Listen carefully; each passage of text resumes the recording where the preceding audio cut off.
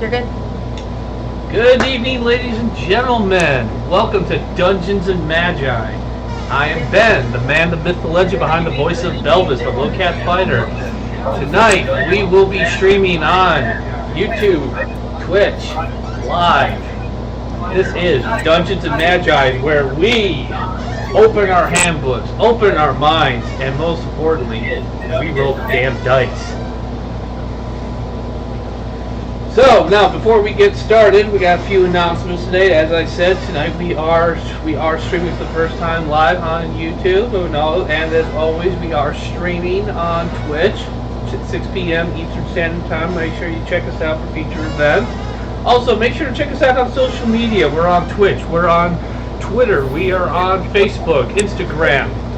To search Dungeons and Magi.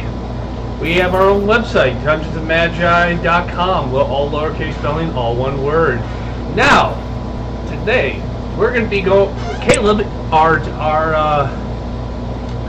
DM, also known as the Viking DM, will be doing our Sparks. Wait, where's Caleb? Caleb, where are you? Caleb!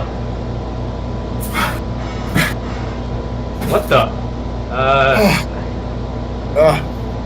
Hi, Caleb? Sorry. I've been delving through a dungeon and I needed a long rest. What you got going on there, Caleb? What's this?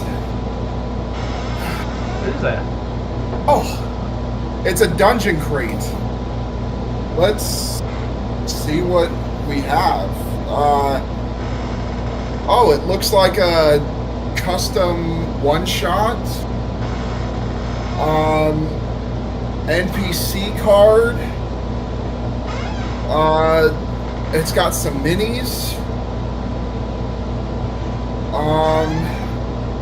The gelatinous cube squishy.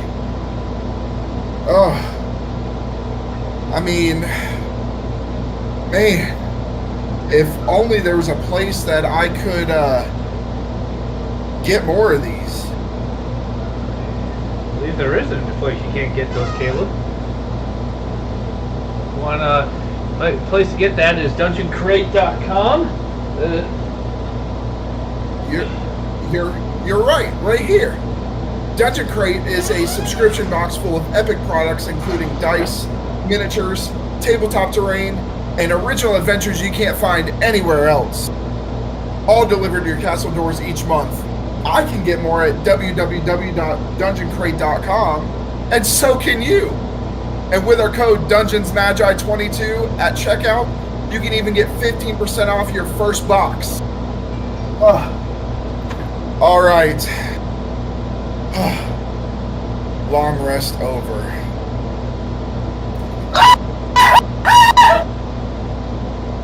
Well, that just happened. Well, anyway, going back to our other permanent sponsors, our other permanent sponsors is Raven's Nest Dice. Raven's Nest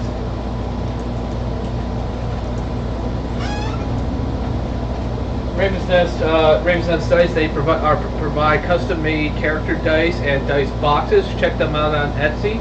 Our other sponsor is Wormwood Gaming, who has provided us with, I believe Caleb has it, but provided us with a Black Poisonwood dice tray and box. Wormwood is a small customer-focused company founded by three friends whose mission is to deliver exceptional craftsmanship and high-quality materials to the tabletop gaming community. Find them at wormwoodgaming.com or our sponsors page on our website.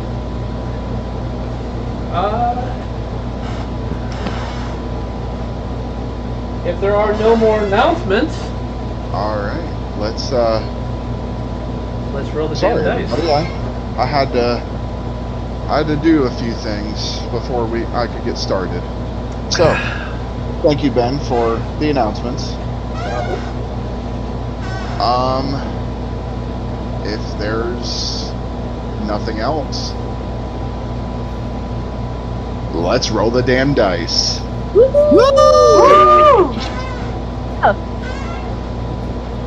All right. So, last we left off, Misery's End. They went to the Feywilds in search of the items that were needed for a spell that the hag told them about. You ran into a few familiar characters, and then you made your way to a special place for one of you, the Carnival of Dancing Lights, where Willow was originated. You guys were able to see a show. You met a large Goliath creature that in the long run ended up helping you when Van noticed somebody stealing from the circus. You guys chased him down, and he revealed himself as a half undead turtle named Silverlie, who summoned some undead minotaurs to fight alongside him. You were able to defeat the minotaurs. You thought you had Silverlie on the ropes. You were about to get all of the items, and you were just not quite quick enough, did not bound his hands or his mouth, and he was able to dimension door the items out into somewhere, and then in turn got rid of himself. He banished himself to another dimension. You're not sure where he went.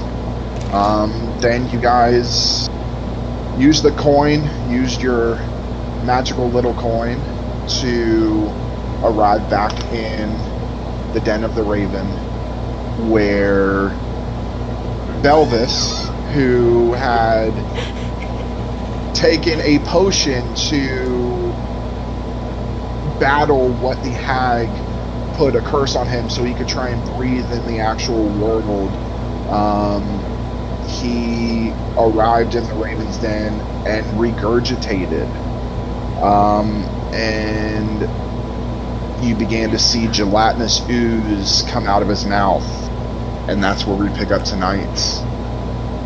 A gelatinous cube out, and it is about this size. Belvis is just kind of dry heaving it. This God, what was that? It is actually a baby gelatinous cube, who it moves its way to Belvis, and you can see part of it. It lifts part of itself up and nudges your leg, almost like it's looking up at you. Your mother! What is this thing? What the hell did that damn chaos vendor sell me anyway? I And warned you! it almost like bounces and dances around, almost like Flubber back in the day. Belvis kind of like a little hesitantly looks at the group, and he kind of like bends down and like puts his hand out for the thing to kind of like jump on it.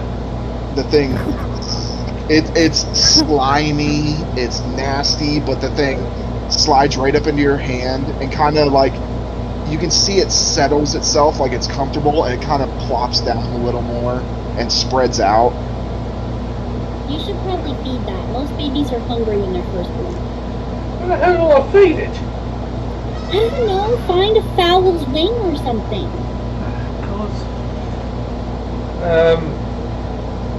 Can someone find A drumstick?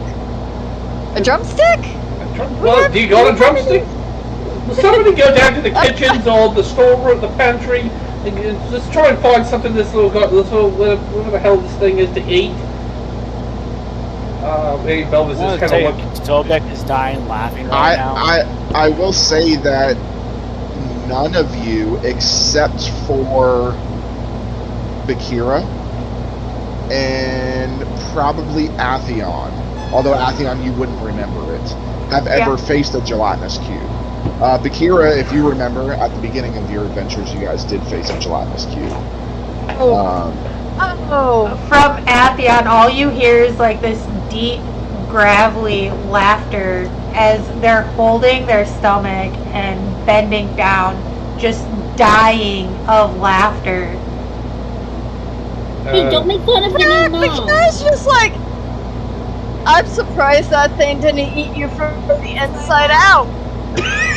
Belvis is like, me too. And he's just kind of like holding the thing. And he kind of like, he's kind of doing this, trying to see if it jiggles. And it does. It jiggles and moves around. He's like, so he kind of looks at the thing. He's like, so what do I call you? Bakira just kind of looks at the little gelatinous cube, looks at her beholder that she brought with her, and it's just like, we're a fucked up bunch. Belvis is like, I'll take one of my jerky out from one of my rations and I'll give it to the slime. And it just, it's like the slime goes over your hand and sucks it out, so it's gross. It's like I snot. wipe it off on Elvis. oh, do I look like a towel It's to your you? kid. Yeah, And that's the thing. I will tell you, Belvis, this thing fully sees you as its mother. You burn Mommy! a gelatinous cube. Mommy! Aw, fish mommy. So The Little you guys Mermaid! adventure- you guys adventure back if you guys choose, because I know you guys are hurt. You can't take a long rest. Yes, please. Yeah. You can go ahead and sleep here for the night before going back to the hag and telling her of your failures. Belvis is still kind of taking the gelatinous blob, and he's just kind of like, he's DM. Can we just say Belvis went to the kitchen or the pantry and just got like a variety of foods. He's gonna try and see Now, what he likes. I will say, the more you feed it, the more it is going to grow. Okay. He's like, alright, you. We're gonna cool you. Let's see. I'll do that. You do know that's going to kill you in your sleep, right? You know what, Van? If I had a coin for every time I encountered something that was probably going to kill me in my sleep, I could probably buy my own island in a villa and retire. So you know what? This thing at least seems to like me for now. Let's just go with it. Bakira just kind of vaguely points to the beholder that's following her. What about It's it? just like, Yeah, You should see? name him you Edward. know, among the things that we have, I think I take the cake on this one. It's like, listen, we got a warm duck named Henry. We got a talking plant named Daisy. Let's just count our blessings. That for once we have a gelatinous blob here that doesn't seem to want to kill us right now. So you know what? Let's just be grateful, and I'm going to call it Blubber. That's what his name is. His name is Blubber, and because he looks like something that came out of a whale. So you know what? His name is Blubber, and don't you all make fun of him, or I'll kill you all. Well, But he kind of Nobody takes. else named the beholder, so his name's Leonard. y'all are going to die. I'll be fine, but y'all are going to die. Just saying. Belvis just kind of like does this with Blubber, just like. I mean, I haven't been killed yet. Wait, and I'm can you breathe still air now? Fair Now, point. Fair Belvis point. is a DM. Did that spell work? Did Blubber help? The potion? Yeah. No. No. Belvis is still constantly drinking water to not suffocate and die. Atheon is gonna take Daph and go off to her room. Or Belvis their gonna room. spend the night in the temple away from Belvis and that cube. His name is Please Blubber. tell me Atheon's room is near Belvis. Well, I was gonna look for like a big old like group of flowers goes and nestles inside one of the flowers and sleeps the night like she used to. Akira's gonna try and find a place to, like, put the beholder Leonard. for the night before she goes to bed.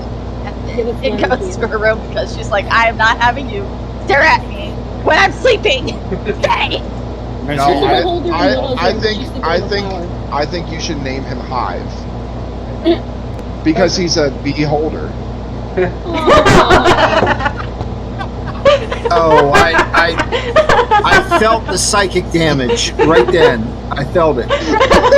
Hey, you produced that. You produced that, Aaron. So. Alright, so. I know. I think it's like double damage for that one. Alright, so.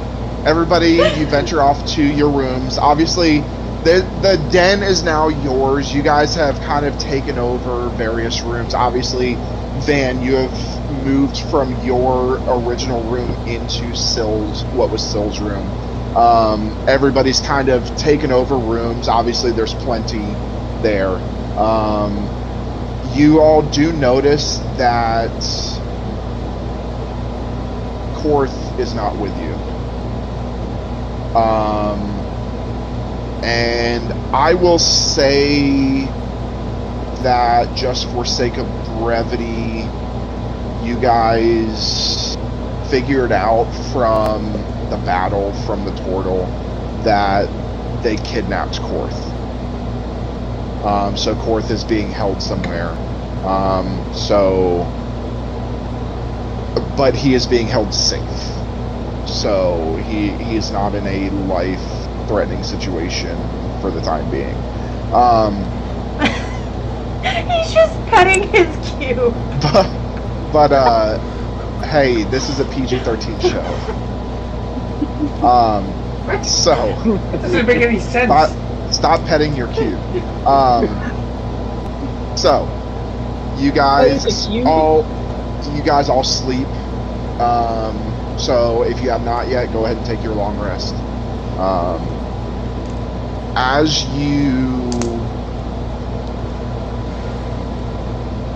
you all sleep, Atheon, you hit a very deep sleep. Even though you do not need to sleep, for some reason, you have gone into almost a trance-like state. You begin to see flashes of different colors: red, blue, green, black, and it stays black. Then all of a sudden, white begins to flicker, almost like you're fluttering your eyes open. And as you look around, you see that it is in fact not white, but this dark, almost amber or blood-like red, like a crimson, is swirling throughout the sky.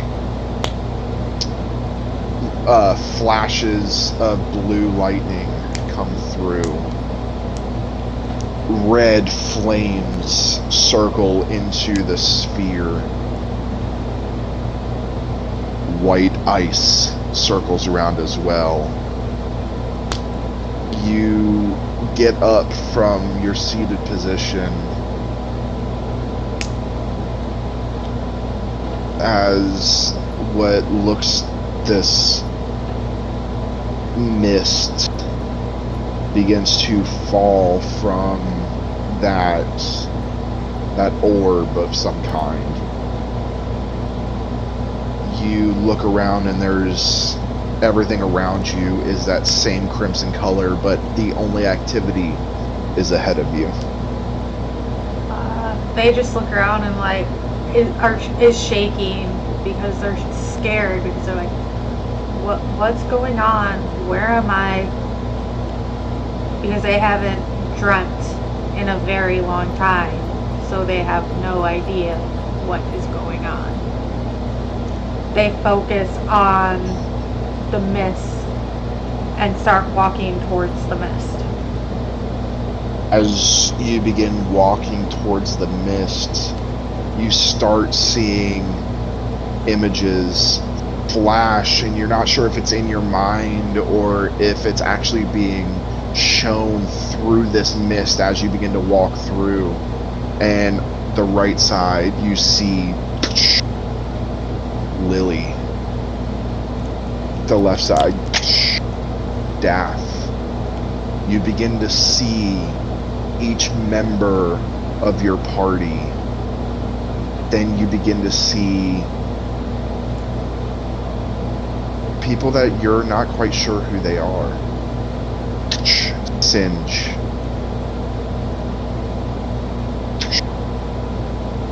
Salik. Yalthram. Every single person. This one you sort of recognize. Rohan. You make your way through the mist and you come to a pedestal at the center of the mist that has a closed book on top of it. Atheon, like, who the hell were those people? Some of them looked familiar. What's going on? As I slowly walk towards the book, and slowly opens to a random page and lets it fall onto the pedestal. This huge hit of lightning and fire and ice, but instead of coming down, it goes up out of the book as this huge black mist comes out of the book and forms in the air, begins swirling, and you take a step back to give it some space, and two large wings emerge.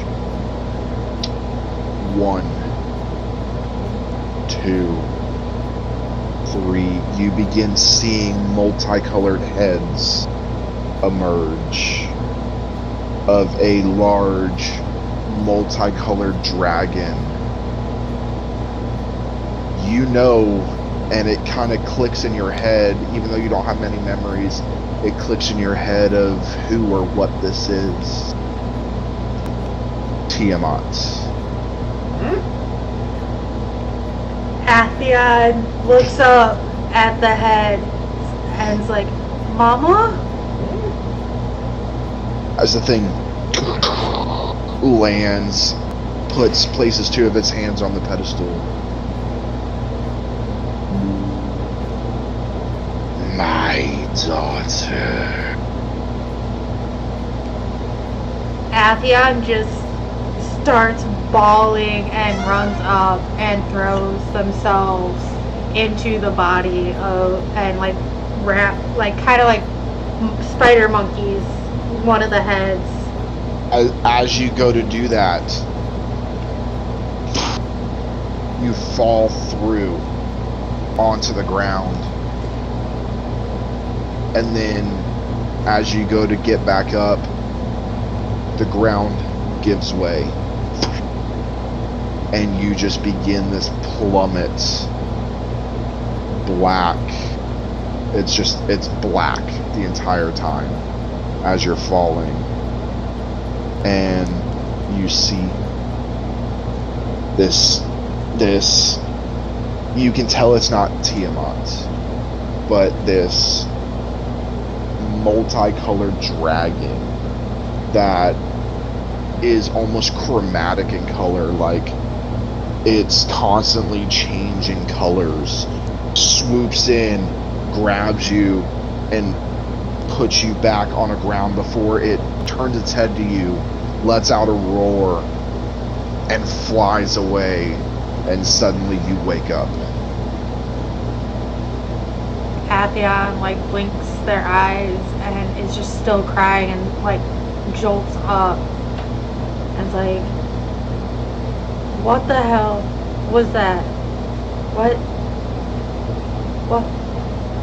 and she just is, they're just crying and can't calm down. They go to the library and looks for books on Tiamat and multicolored dragons. Is she allowed prior? No. Okay.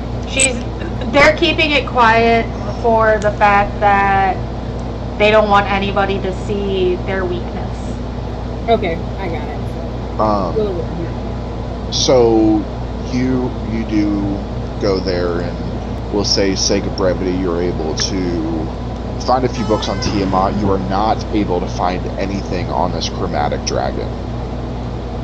This is still a mystery to you. You will probably have to ask around eventually. Eventually you may find answers if you ask the right questions to the right people. But as far as the Ravens know, no such thing as a chromatic dragon exists.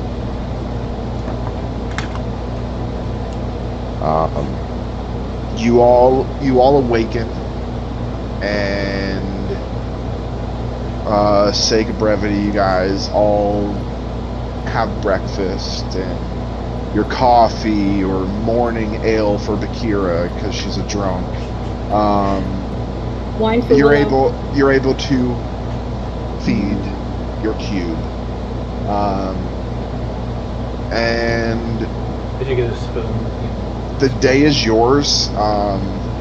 You can go speak with the hag. Remember that you will have to use the coin to travel, as you are on another continent whenever you come back here.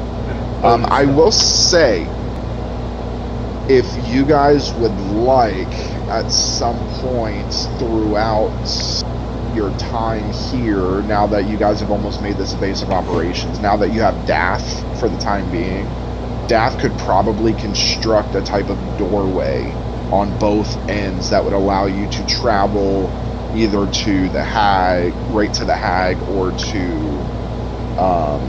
the benefactor. But it would take some time. And it would Atheon probably be both ways.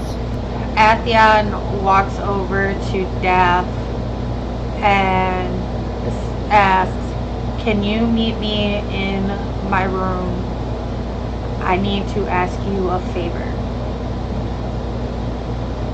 Of course.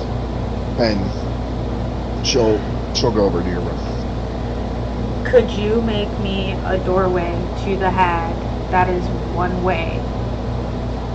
From here to the hag. Because the hag should have a way to send me back.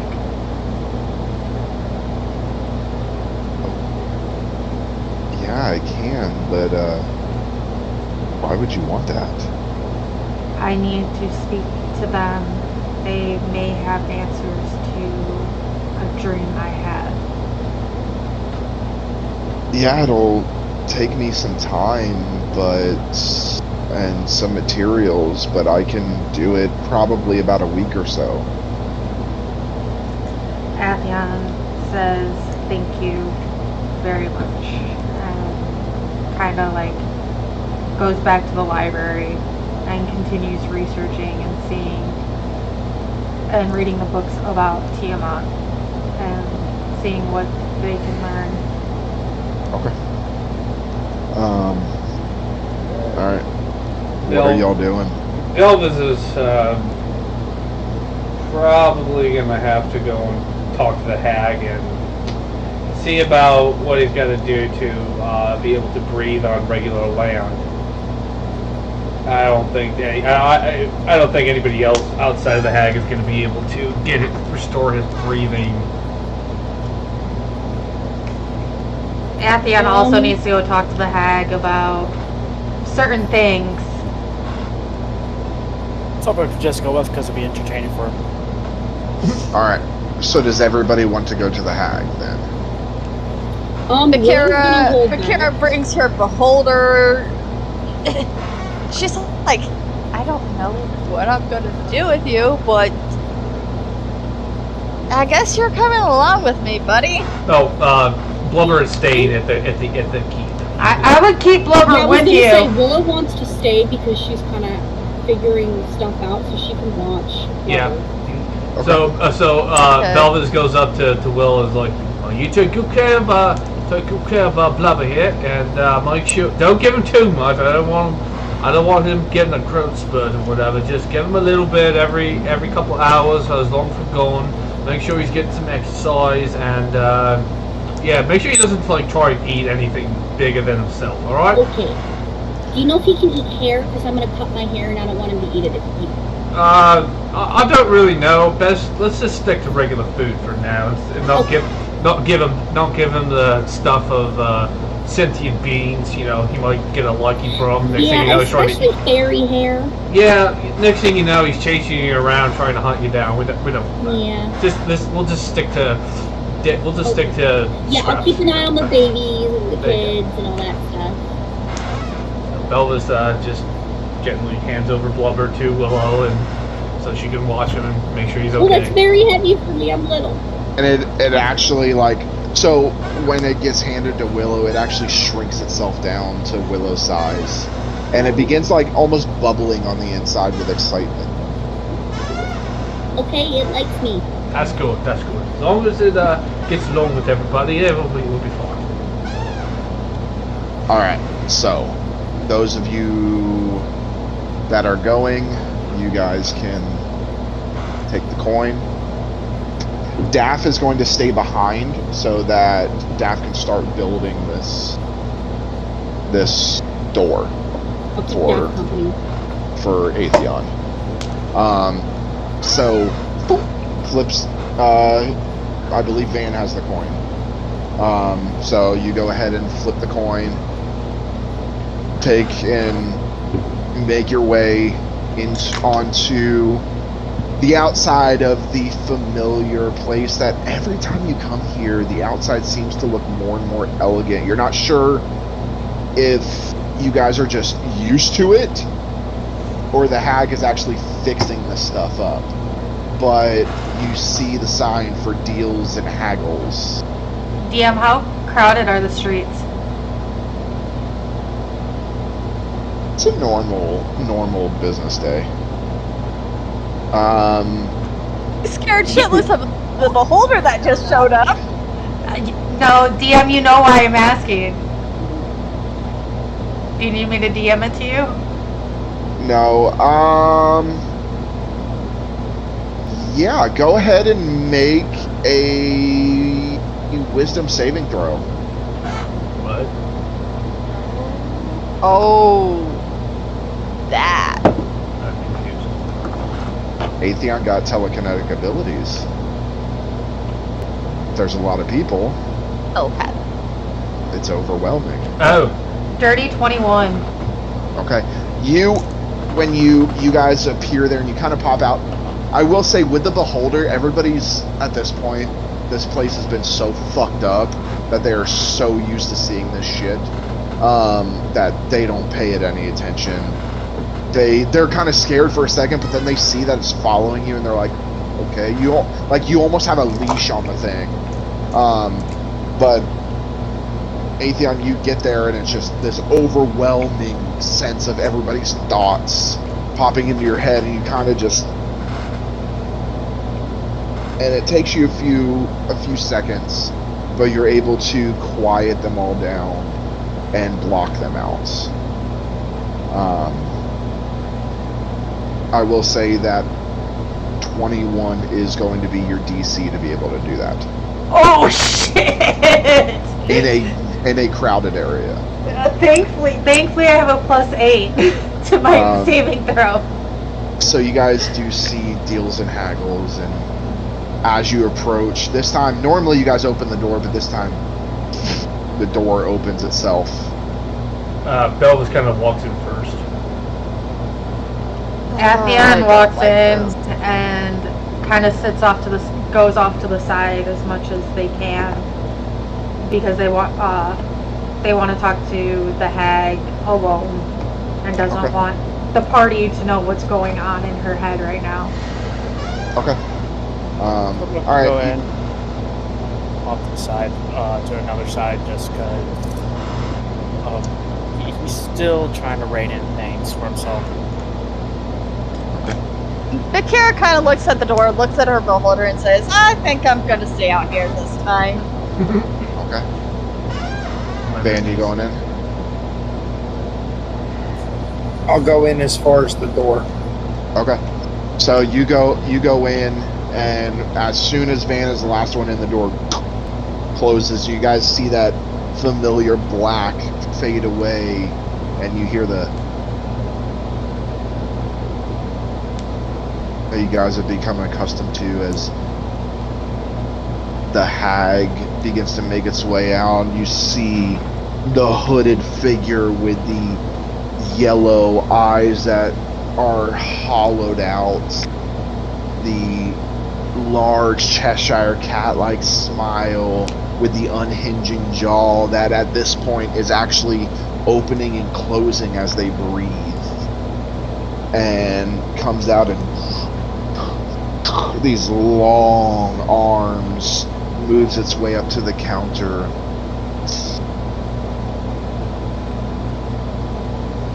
You're back. How did you do? Belvis is like, well,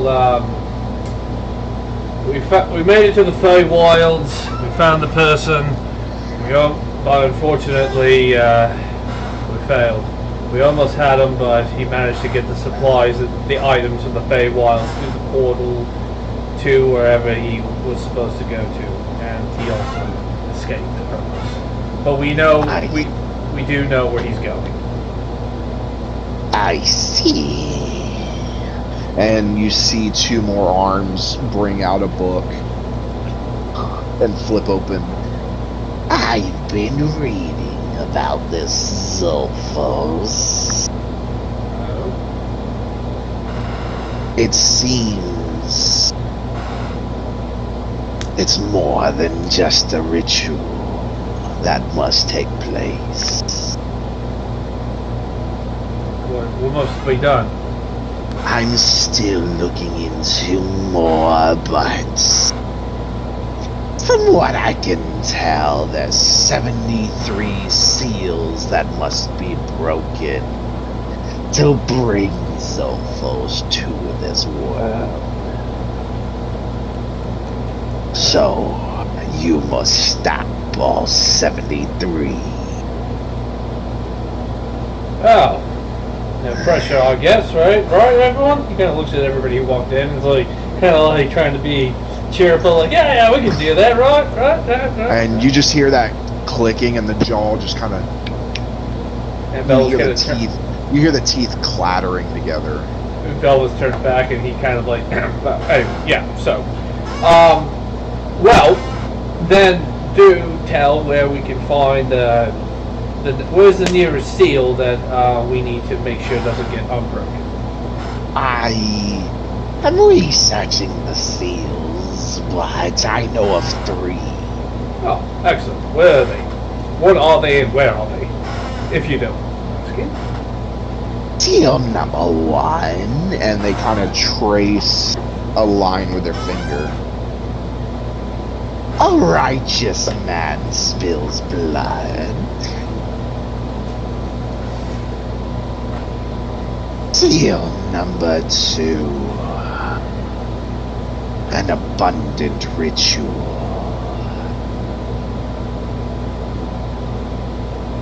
And seal number 3, the seal of repentance.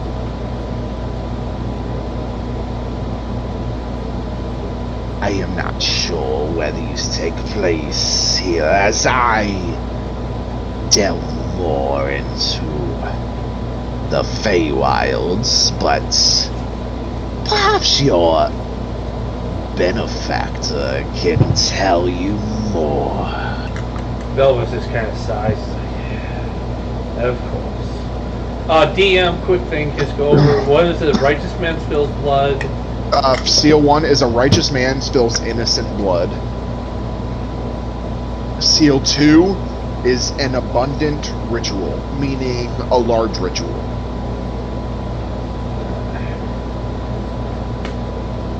And then seal 3 is the seal of repentance. Seal of repentance.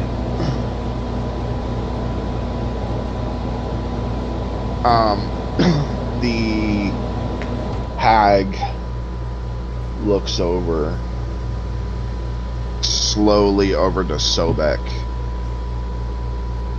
reaches that long finger out. That's almost a foot long, with a long nail going almost 6 inches off of that. You come closer. I don't think you want me to. Come closer or I will. He gives off a big smirk and puts his hand on his battle axe as he walks closer. And the hag kind of looks you up and down. I see you've gone through a change. It is good to see. Oh, you don't know the half of it. I have a gift for you. And they use another arm to reach behind the desk, behind the table, and you see a large great axe come out. You guys actually recognize it as the Realm's Warden Great Axe, which was the axe that your Minotaur friend used to carry when he was a Minotaur and a barbarian. Atheon gets a look on their face and is like, how did you get that? I have my ways. Atheon just growls underneath their breath, getting sick Looks of the riddles. Looks back to Sobek. Do you want it? This belongs to us in the first place. But now it can belong to you and you alone.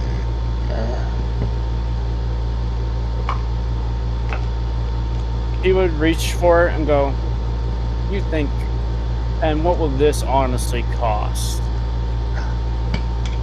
Nothing. It's a gift. He would think about it, and just for the sake of it, also a memory of Argos, who he has grown the closest to, he would grab it and take it. So you grab it, and you've seen Argos use it, but you've never actually looked at it close. You see it's an ancient stone axe hilt, intricately carved.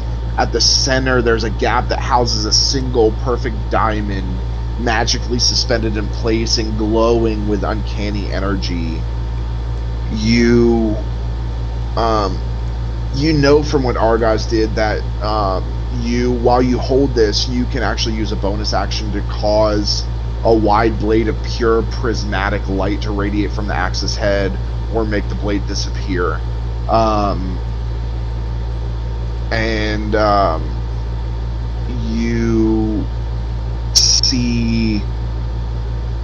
You see traces where Argos has traced other glyphs into it. But this is a rather big axe, but it is yours. It has been placed in your inventory.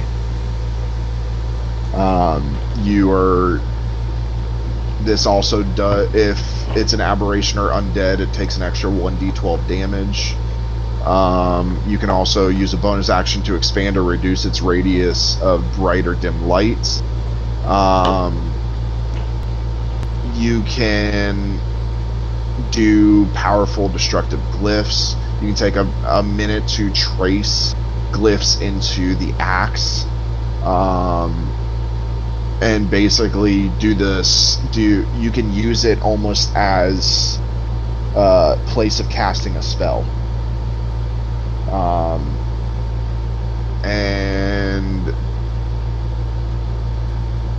But if you do that part, it cannot be used again for another 12 hours. But basically think of like an axe lightsaber is kind of what it is. Right. You're able to kind of turn it off and on and all of that. If it's off right now, it's just a hilt. When you grabbed it, you were able to turn it off, and it turns into just a hilt.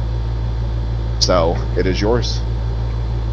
Dude, place it on his hilt and look to the benefactor.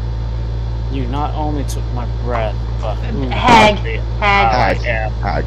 Oh, what did I say? Benefactor. Benefactor. I'll look into the hag and go, you not only just took a breath, you took who I am. You changed me into this blue scale. Perhaps I made you who you were always meant to be. We shall see. But if I cannot accomplish all my goals, you will be one of them. You can try. Looks over. How do you breathe? Looking to Belvis. Belvis, who's again still been every night throughout the whole background, is still every like minute or two is sucking down water, and he's like, "I'll tell you this. I don't regret what I did about making the bargain for Willow's sake, but I need to breathe air."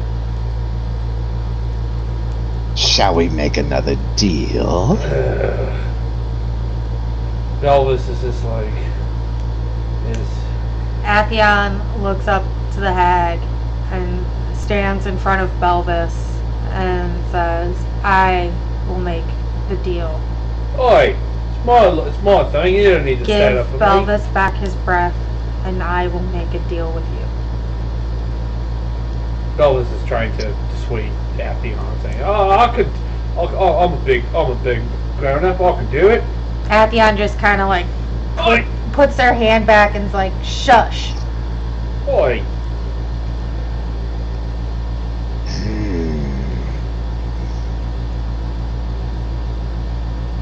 Deal.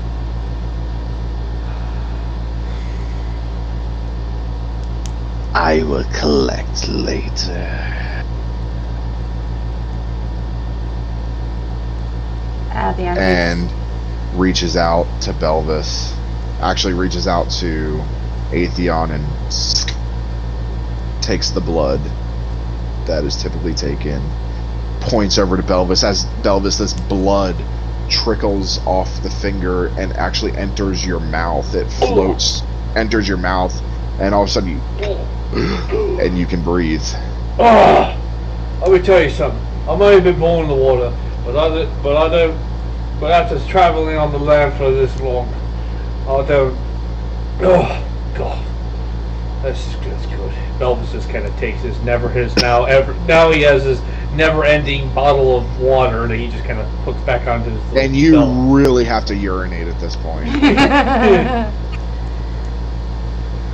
I have a bathroom over there. Belvis is like, "Thank you." Scurries over. You walk into the bathroom. Make a perception check when you walk into the bathroom. Seriously. Oh no. Perception. Hold on.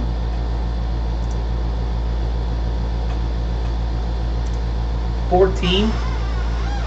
Okay. Shitty perception inside of the small bathroom. So you It's run dark.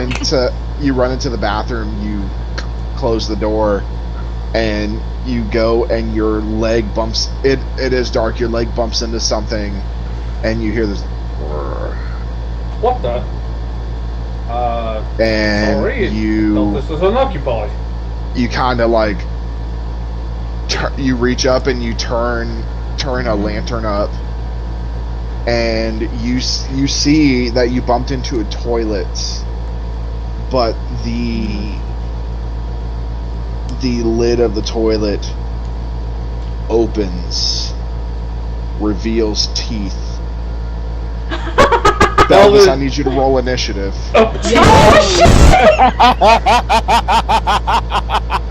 as you fight a toilet mimic. Toilet mimic. Bella doesn't have to use the bathroom anymore. Only you can do this. She does not like Belvis, so. Who? Yeah. Why? What did Belvis do to people? Belvis is just a poor fish in a breeding man's world. Is that what Could it be Yes, that that's the what he hag is picking up on Atheon's emotions about Belvis? Which is another reason why I don't understand this. I got 24. Probably. You got a what? 24.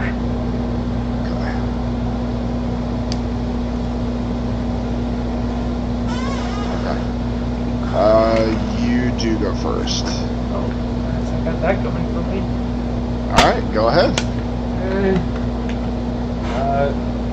Belvis is obviously Belvis just pulls out his two. Mono drone. He doesn't show anything right now. Belvis just pulls out his two short swords and.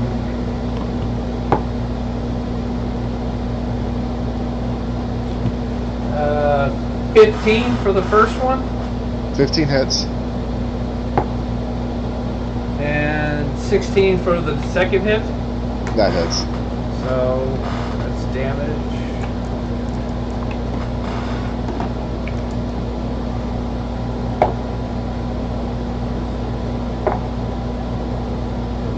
Uh, 14 damage total. Okay. Alright, so you're like, oh! Two quick swipes as the thing. And you see this long purple tongue flick out. Oh. Belvis. I don't have a bonus action. And Bad thoughts. Bad thoughts. it is going to hit you with that long purple tongue. Use pseudopod. Doesn't anybody else hear this? This isn't a very. I don't think this is a big shop. We don't know. The hag could have easily made a noise canceller in that boy's bathroom. You're not gonna show Natural up. 20. You course, you bastard. God damn it. Alright.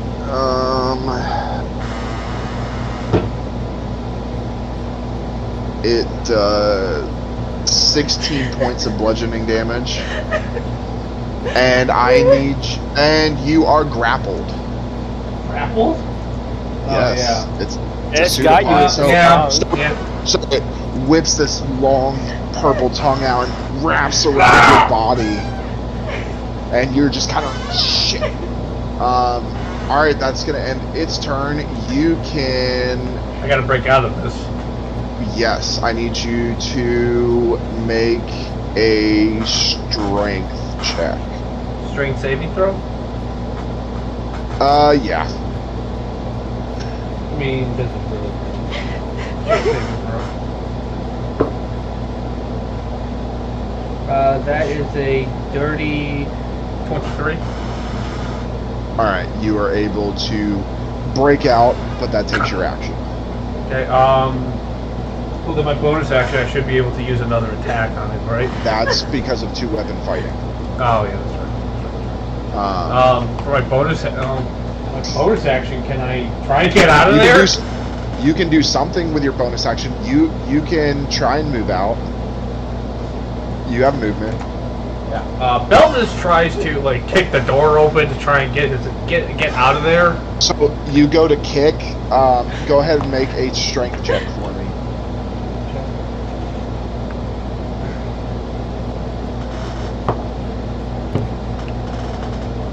That is a 23. Dirty So you 23. go to kick. The door opens in. Ah, So you what kick kind of against door the thing. opens inside? You literally opened it this way and walked in. Oh, Okay, so I'm going to say that takes your movement. You're stuck in there. bloody hell! I technically gave you a free action Yeah. to do that. Okay, so it is going to. It's the Use mimic. its pseudopod again. Oh god. That is a 23 to hit. That hits. Okay. That is 8 points of bludgeoning damage. He wraps you up and swallows you. What? You are like being like, your head, like he can't fit you all the way in, but your head is in the toilet bowl as the thing's like flushing. But luckily I can't drown because I can both breathe air and water. Just flushing you. So basically, like a giant swirly is what you're saying. You are getting a giant swirly from a mimic. Outstanding. Okay, DM. So at this point, Belvis is like he's got his head. He's trying to stab this thing since his arms are free, right? He only got his head in. Yes, but you are still grappled. Okay, so let me You do are another. still technically grappled. So yep. I will say, if you can get out of this, I will give you another action to be able to try and get out of the room.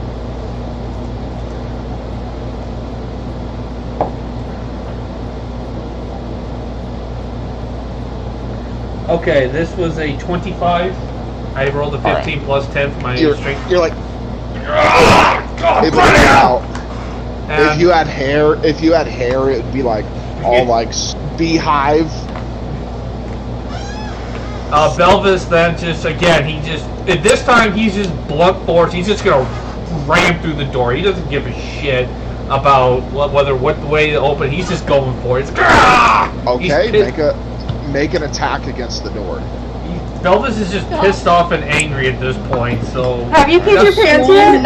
Using his brain, apparently. Make an attack against the door. Have you peed your pants yet?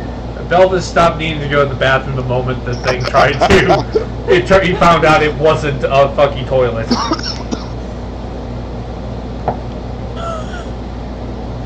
Attack. Technically, this is an arm strength plus 10. That is a dirty 23 to hit. That's... It's a bathroom door. It can't be that strong. But it's also a magical store, so it can't be that strong. So as you go to run through the door, you break right through it. It's a typical door. Belvis is just all you guys see is this door fall, and Belvis kind of like falls out and slides, and you all kind of look in. Belvis kind of looks up at the Atheon, give me a perception check. Alright.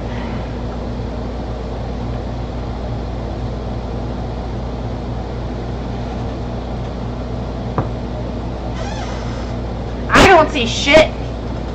5. Belvis just kind of looks up and looks at the shopkeeper and says, "Tell me, your bathroom, was it on the left or was it on the right down the hall?" You were in the bathroom. "The toilet tried to eat me!" Well, that's what you like, Belvis. Why would the toilet eat you? It's a toilet. "It's a bloody mimic!" I do not have mimics. "Oh, please, by all means, go and see for yourself." Athian kinda... How close is she to the door? You can look in.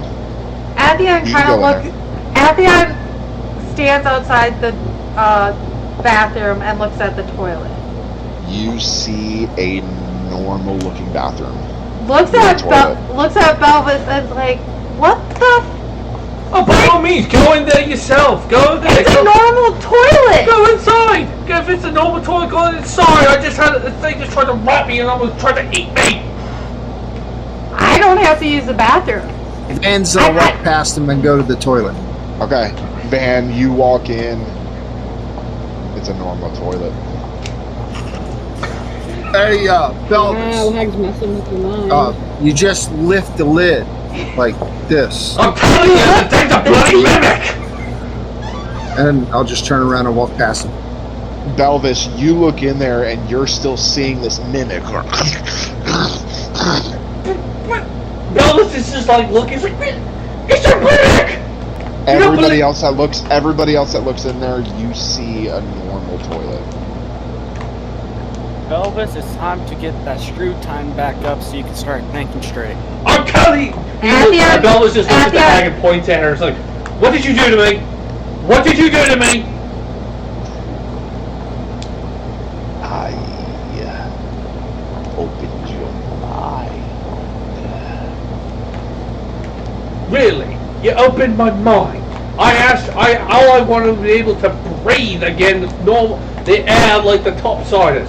Not to see mimics trying to eat me! You tasted the blood of a star spawn.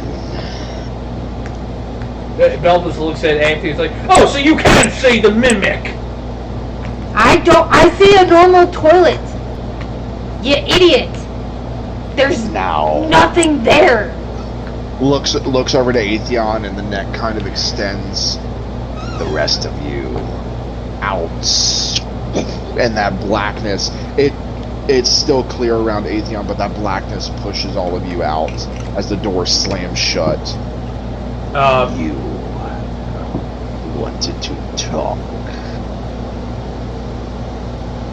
Atheon looks at the hag and says, what do you know of a chromatic dragon? Listen. Nothing. I know of no such thing, but perhaps I can look into it for you. If you could, that would be great. I am, after all, your patron. What do you know of Tiamat? Oh. Now there's a name I haven't heard in a while. You met your mother.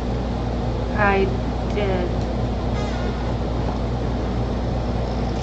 Has your father revealed himself to you yet? No, all I saw was my mother and a chromatic dragon.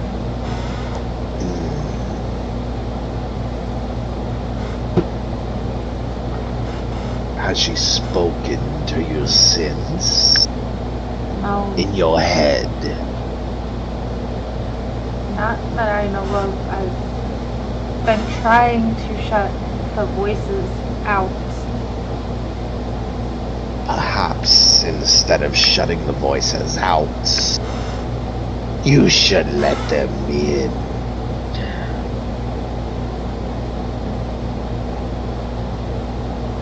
Atheon drops the bubble that she has surrounding the voices and lets the voices in to try to zero out if she can recognize her mother's voice.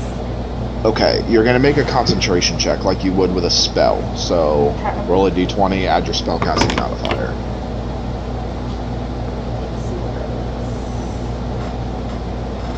So spell attack or modifier?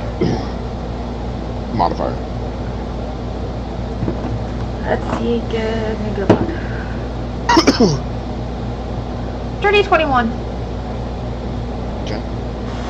You take a minute and begin to focus. You hear all these voices, including this.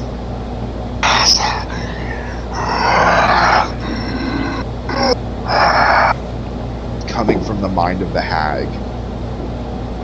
And then you hear a faint whisper.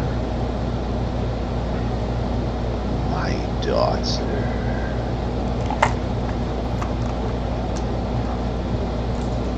Hear me.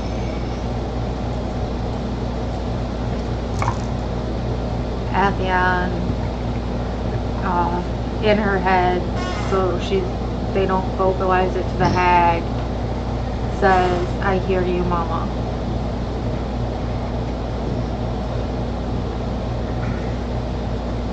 You know who you are now.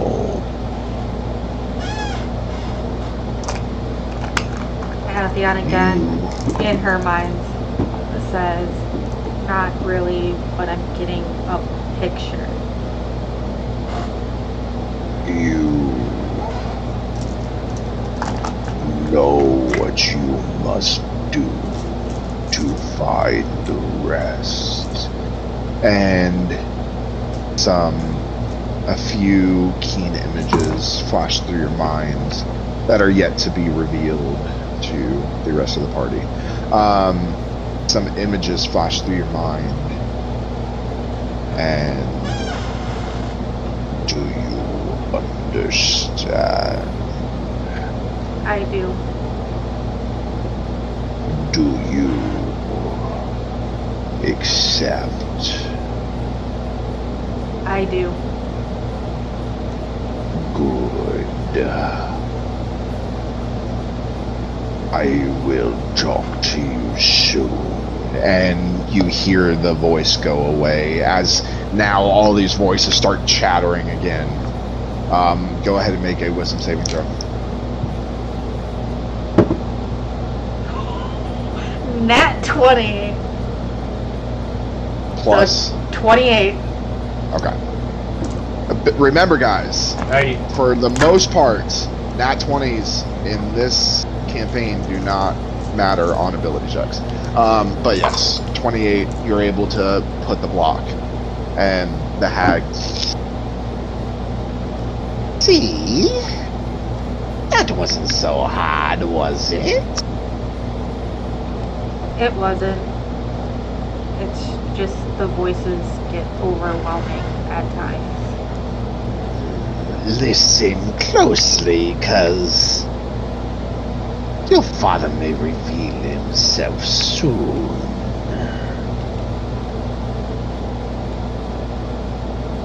Now, I must research more. Go. Stop the seals from happening. Return to me when you stop the 3, and I will reveal 3 more. Athian looks at the hag and says, "Thank you for your assistance, and I will be back to uphold my bargain with you, and thank you for restoring Belvis's breath." Of course, but in my opinion, you care too much for those who do nothing for you. They are my family. The only family I know that I have.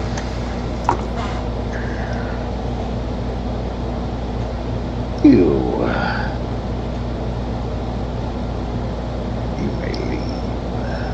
And you get pushed out by the darkness as the door closes, and you are now rejoined with the rest of your group. Bakira, you're finally seeing all of them come out. So Bakira has no idea about the seals. Belvis, because they were outside. Athian goes up to Belvis and says, "You better not waste this. what? Sorry. You better not waste this. Belvis is like, of course I know. And now you are in my debt." What the? And Belvis just kind of goes up to the kids like, "Alright, Captain, so, good news, I can breathe air again. Athian did me a pretty good favor there and took on some debt with the shopkeeper. Belvis brings her up to date about what the hag said about the seals and everything, and about the 3 seals that are nearby that they have to go to. And then Belvis is like, he just does this like, "There is a mimic. There is a toilet in there, and it tried to eat me."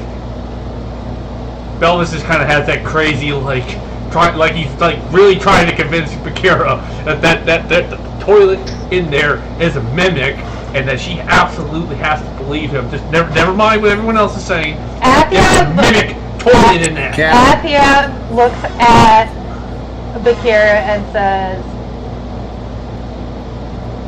unfortunately, the blood that the hag used to restore his breath was mine. I have no idea what my blood can do.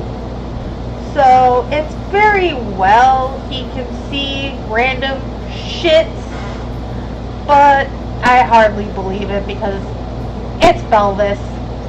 There's a few nuts loose in his head. Belvis is just like doing this. He's like, Belvis, as they're saying just this, kind of side eyes her beholder that she's been hanging out with, So- and just is like, Belvis doesn't even see the beholder. what? Belvis has no idea. Wait a minute. Well, no, wait a minute. Belvis saw him before, so probably Belvis would be very confused because he doesn't. They're like, what? Like, where'd it go? Belvis is kind of looking at Bakira. It's like, what are you looking at? Wait a minute. What? What the bloody? What medic? it's over her shoulder at the giant beholder behind her, and she's just like, Atheon takes out a piece of jerky from her pack and holds it out to the beholder. So you see Belvis. you see this jerky just disappear into thin air. Belvis is like, where is that beholder? That what you call it? Leonard? Leonard is his name, right? Belvis, give me a perception check. God, poor Belvis. While he's doing that, Elbeck is just gonna look at Bam and do the flick of his finger just to say, let's get going. Because he don't have to Perception. go on Bam. 15. So, where do You we need see- to go to find? So, Belvis, you see a unicorn come charging at you. Dexterity saving throw. Belvis just. Poor Belvis. This was not planned. Hold on, sorry, my dice moved. Yeah, this was not planned. It wasn't. 13? So to you try and move, and in your mind, this unicorn impales you in the stomach with its horn. The rest of you, all you see is Belvis just like, oh! And he's like a drama queen, like he's been shot. He's like, I couldn't use some. Oh, help me! I've been stabbed by a bloody unicorn! With this, going forward, for the next 3 hours, every action you take will be rolled at disadvantage. DM would. Okay, I gotta clarify something. Did I actually fight a mimic? Or was I just. No, you are having a psychedelic acid trip. Okay, so did I actually take damage from that little fight? No. Okay, so. No, give yourself full health. But you are having an acid trip by basically drinking Star's spawn blood. So for the next hour, you will roll at disadvantage for everything. And the moral of the story, kids, don't do Starblood. Don't do drugs, kids. Don't do drugs. Stardust doesn't exist anymore. It's now Starblood. Yes, Starblood. For those that don't know, Belvis is just kind of like walking weirdly, looking around. YouTube's gonna take us down for this, but Stardust was a drug back in the day. Belvis is just kind of walking around, and he kind of looks at the characters like, "Wait, what's Leonard? You didn't tell me what Leonard is." You know what? We're just gonna. Where do we need to go to find out where these Belvis. Atheon, seals are? Atheon just kind of giggles at Belvis, and then they say, his favorite person in the world. He's like, Belvis is kind of like weirdly, it's like, the hag said something about the benefactor. So I guess Okay. we gotta go see him. Oh God. Okay. I'm about to go This see. is gonna be a Oh, this is gonna be fun. Everybody ready? fucking hilarious. Everybody ready? Yeah. Yeah. Elvis. Go to the minute Elvis. basket. Yeah. How tall is You may Balbus? want to fix your shirt there and look presentable, and I'll flip the coin. Belvis So the is coin just like, flips up, and Belvis, this coin to you is this big, Belvis is like, and it, good lord, how big was that coin? but then the hole to you looks this big. Belvis is like, don't. Atheon grabs Balbus by the shirt and just pulls him through the portal. Oh, it's too small. And you want to talk about a ridiculous acid trip? As you're falling down this hole, you are seeing all these bright colors. Like you are like hippie high on everything possible. Like Freaking, it's like the Doors playing. Like if this was. you are Alice Alice in falling Wonderland. down the rabbit hole right now. Alice falling down the rabbit hole. And The Doors with were a thing in that, this world. We're gonna take our break. We will be right back, everybody.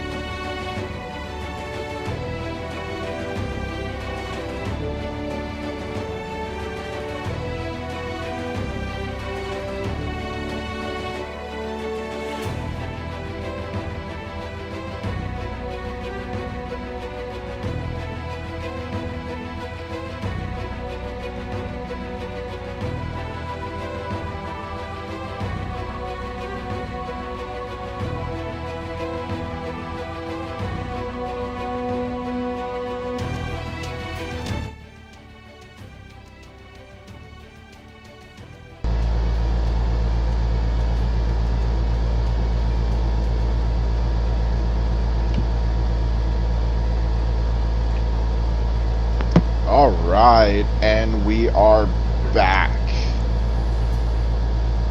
So, as you guys go through, Belvis, you're following through this Alice in Wonderland style portal.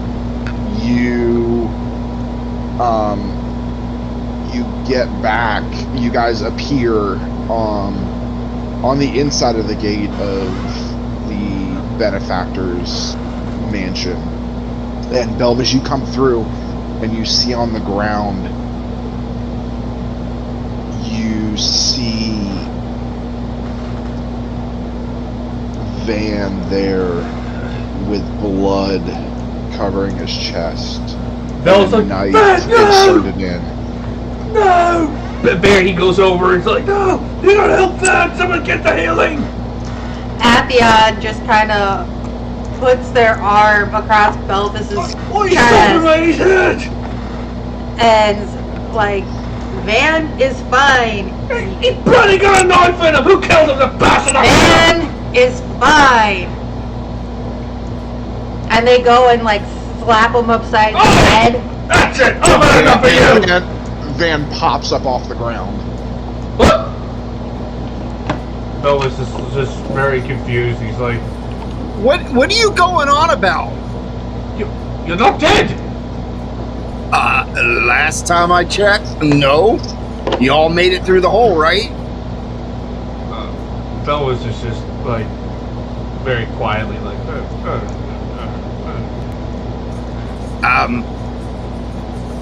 Maybe if you wouldn't give birth to gelatinous cubes, you wouldn't have this problem. Just saying. Alright. Leave blubber out of this.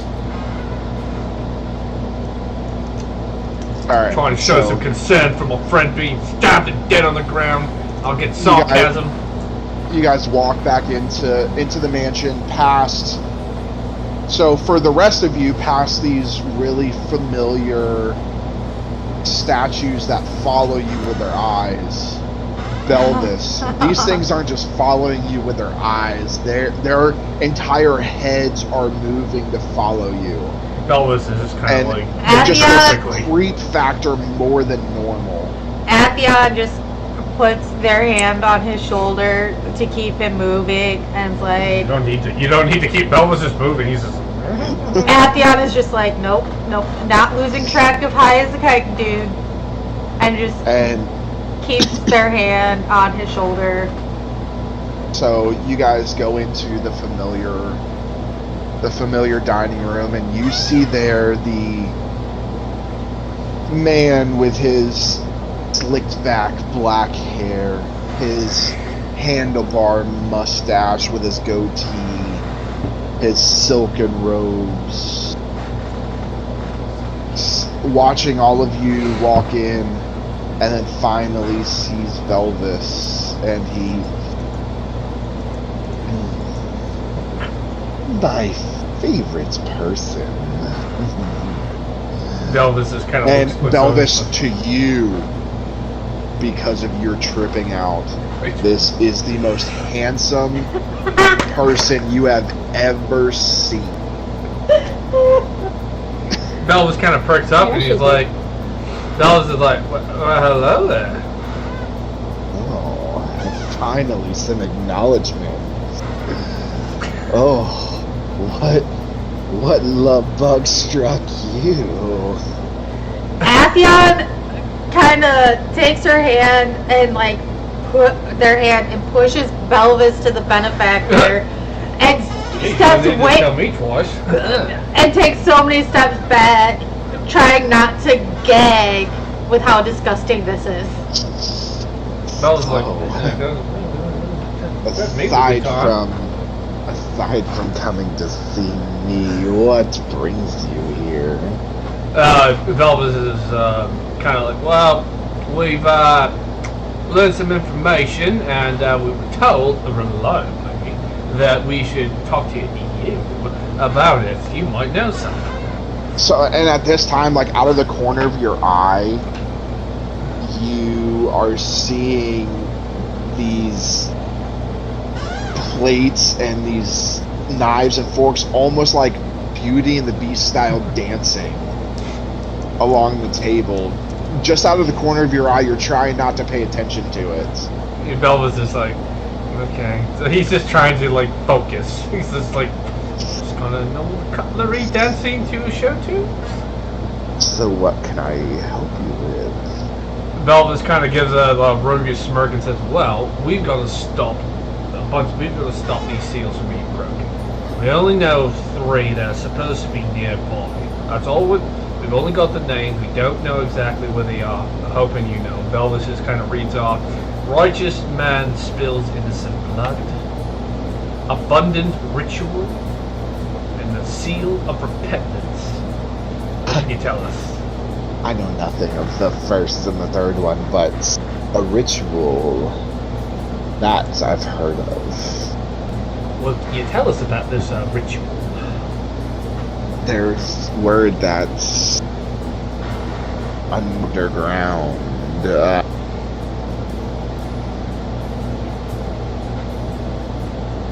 Some people are doing some type of ritual. I don't know what, but Where underground? find the entrance to the sewers, of course. Oh, what, around here? Of course. Why? You can't be more specific, my friend. I'll be as specific as you want me to be. You will. So, just behind my humble abode, his humble abode being a four-story mansion surrounded by guards and gates. There is a sewer entrance. You can go in that way. I prefer you to go in behind the house. If you ask. The back door, you could say. Belva's like, well, if you said you asked, possibly Just do that. Just be careful and take it slow. Of course. What do you take? Belva just kind of looks at the group, is like, kind of like doing this. You go too fast, you just end up in a I'm gonna take situation. DM. I'm gonna take one of my bearings and throw it at Belvis, and just go focus.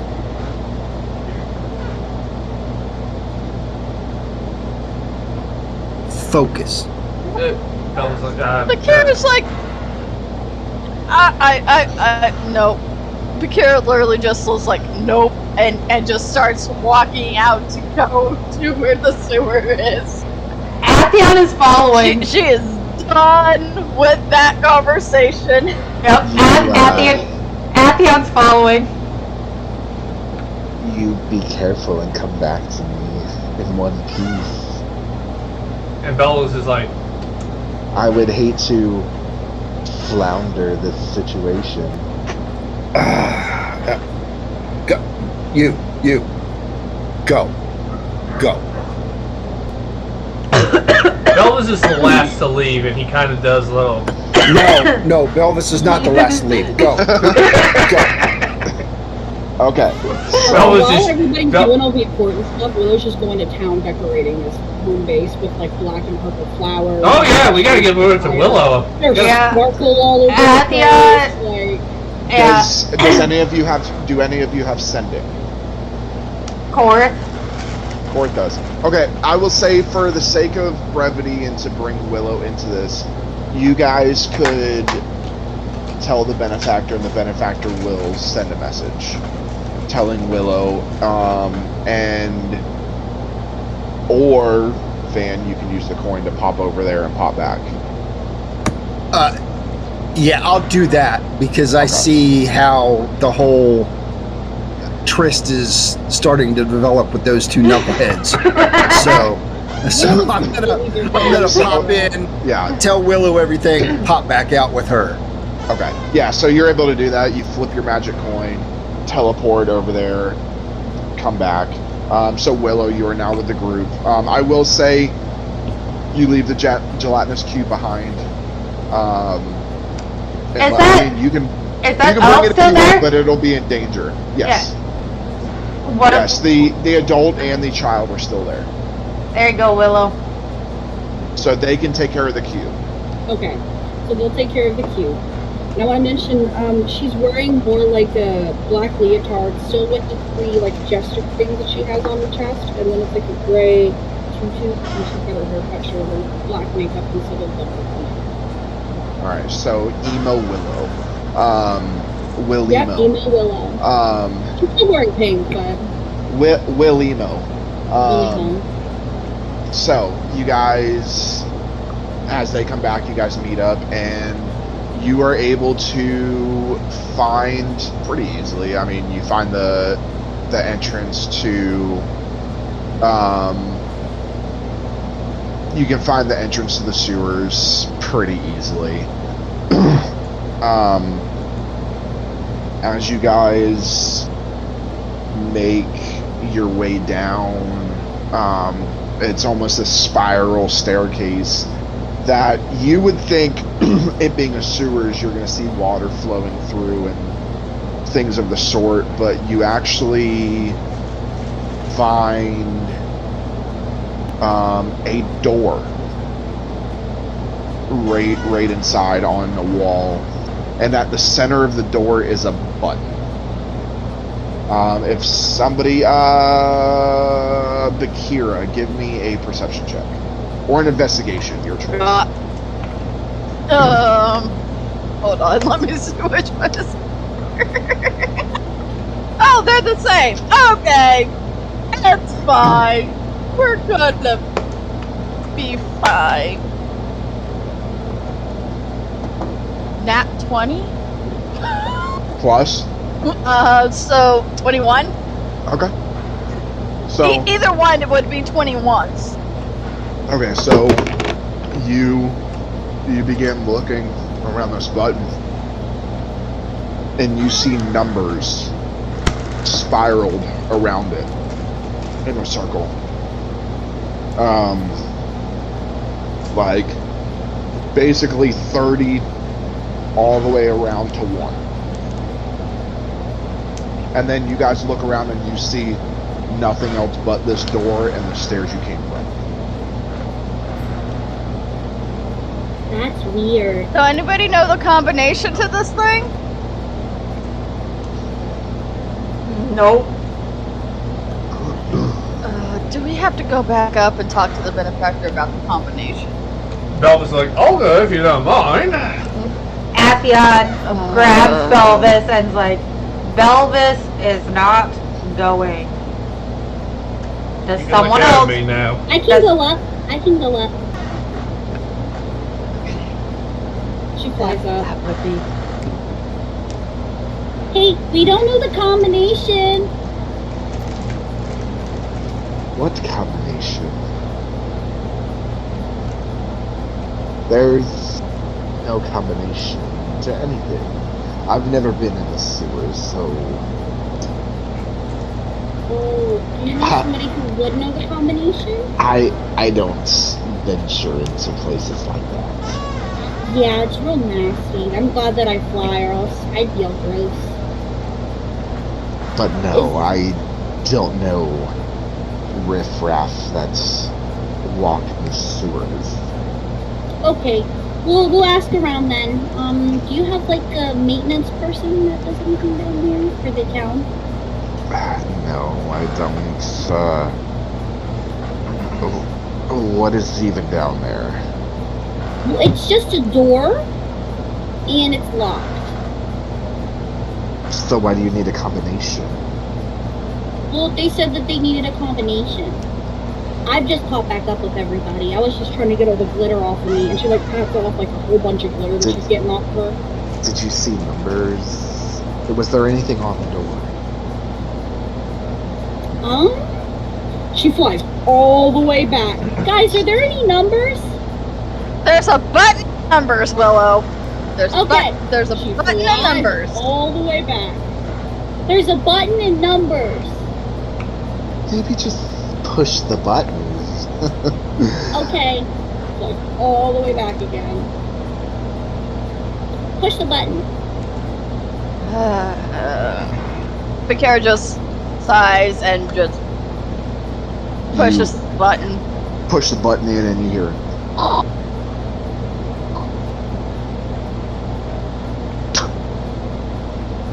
It begins counting down from 30, 29, 28, We may want to run.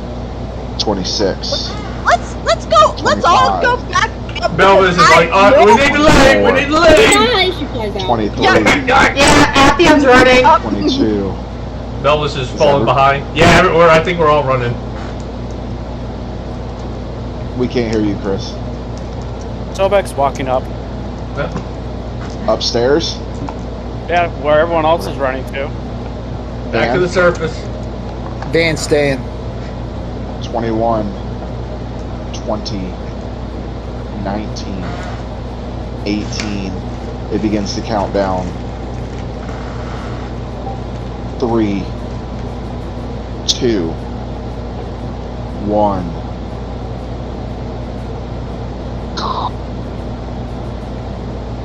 The door opens. Did you blow up? I'll take a peek in. You see another room. I'm going to take a couple of the daggers, the psychic daggers that I have, drop them on the ground so they like clatter and just go ah! Ah! Ah! So all of you are freaking out, but Belvis especially. You were just freaked. Atheon down there. Atheon runs. Literally runs back down to see what the fuck happened to Van. Belvis is right behind them, running. Going down these stairs. DM, how long does my acid trip last again? On the inside of the door, but just on the other side. You've got about 30 minutes left of your acid trip. Okay. Alright, so you guys get down, and all you see are the daggers, but no Van. But you see the door open. What? Van, you ass! Atheon walks into the door and like has her fist raised up. It's like, Van,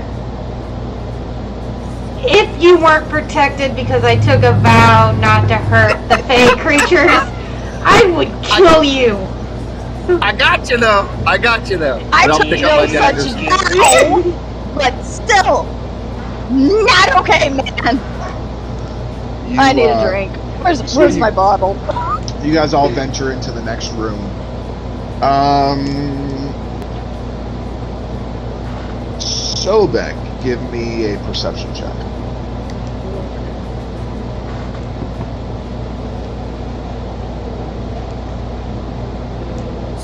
Perception 16. You see a large room. At the center of the room, you see a large pool with liquid inside of it, not quite filled to the top. And then just beyond that, a door. If you would like, you can look more into the pool, or somebody can.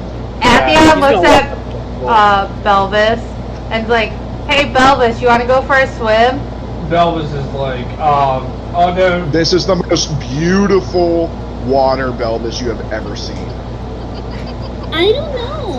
What's the water actually look like, DM? Why is he acting crazy? This is the most beautiful water Belvis has ever seen. That's what I thought. No. Atheon looks at Willow and says he got some star blood because he can now breathe on land. Yeah, I noticed that. Because instead of him making another deal with the hag, I decided to take that deal. Belvis is like looking up at this pool of water, mesmerized, just like The emerald tides of the Western So he could have Sea. just taken your blood and the hag not even be involved? Let's just say there's some consequences. Nobody, if I'm bloody, Nobody touched me. Belvis is like, Belvis, if you would like, you can jump in the pool. God. Belvis is like looking at it and it's like, at this point, DM, he's at the tail end of it, right? Oh no, you still have 30 minutes left. Okay. You're still psyched out, and to you, this pool of water is more clear than your home. Oh, this is so beautiful. He starts kind of reaching out to his hand to touch the water. Atheon pulls him back. Why? Did you touch the water before she pulled you back? No. I was reaching toward it. Okay. Belvis is still trying to reach. It's like, but it's beautiful. How tall? Come on, why is How tall is Belvis and large is Belvis? Oh, Belvis is like 5'8". You're bigger than he is. Atheon just kind of picks up Belvis and throws him over their shoulder and is like, I got Fishman now. We're good. Willow, you look into the pool. It is like a neon green color. As you look down at the bottom and you see a key. Ew. Okay, so there's a thing down there that we need, but Fishman, that's not pretty water or whatever you're seeing. This is disgusting sewer sludge. It's. What are you fools? You notice it's not sewer sludge. It's acid. Oh, yeah, it's acid.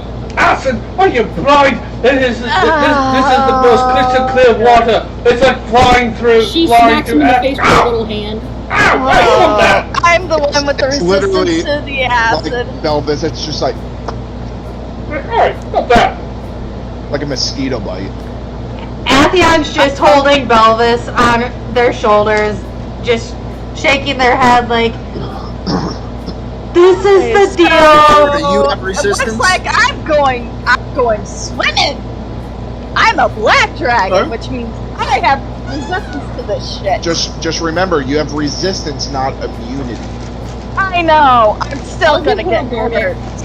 Okay, before you do this, give me a perception check or an investigation. Oh god. Oh god, please dice, be good to me. So that would be an 18. Okay, you look around at this pool, you see various decorative cogs on it, and then the acid, a door, and the key at the bottom.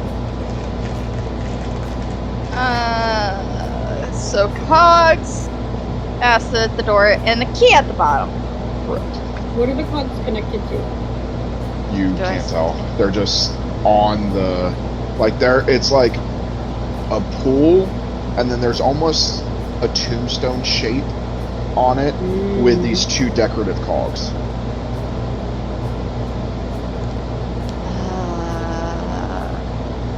Let's see what this cogs do, because I really don't want to try to swim in that. Alright, what I are you mean, doing? I'm going to the cogs. Okay. I'm going over to the cogs. What are you gonna do to the cogs? I'm gonna try and spin one. Which one? Right or left?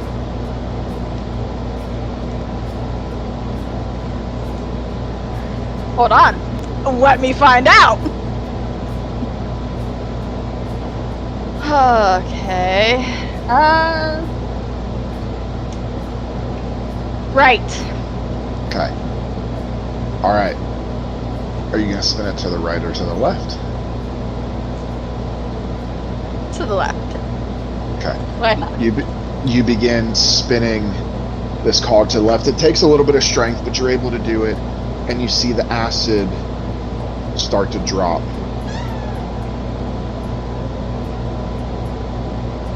It begins to drop. Finally, it goes down to the bottom, and you see it go through some drains.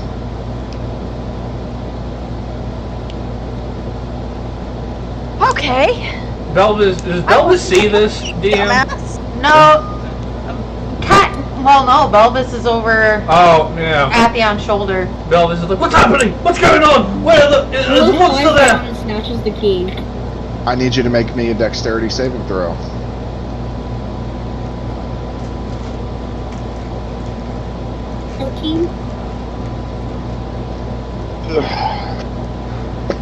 Athion sets down Belvis now that the acid is gone. Belvis is like, what happened to the water? What you doing to it? It was acid, you idiot! Acid?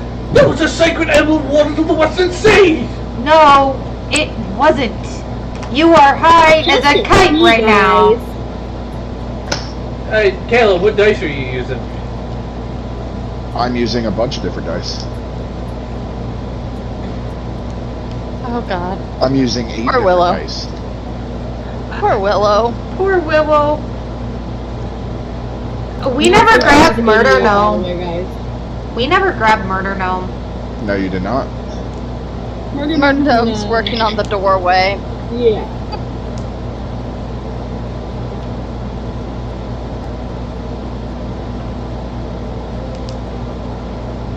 We need to remember to grab Murder Gnome from now on.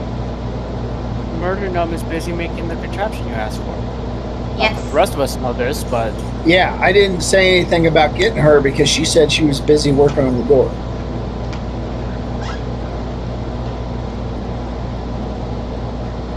You take 39 points of acid damage as the pool begins to fill back up from the top. Athion grabs Can I fly Belvis. out? Because I have wings. You can fly out, but this is coming from all points. What's your movement speed? 30 feet? You're flying? Yeah, it's the same. Okay. I will say you're going to you'll take that initial blast, and with your 30 feet of flying, you'll be able to get out quick enough before taking another hit. But this begins to fill up, and it sits back at the level it was before. But with that damage, you were not able to grab the key. Okay.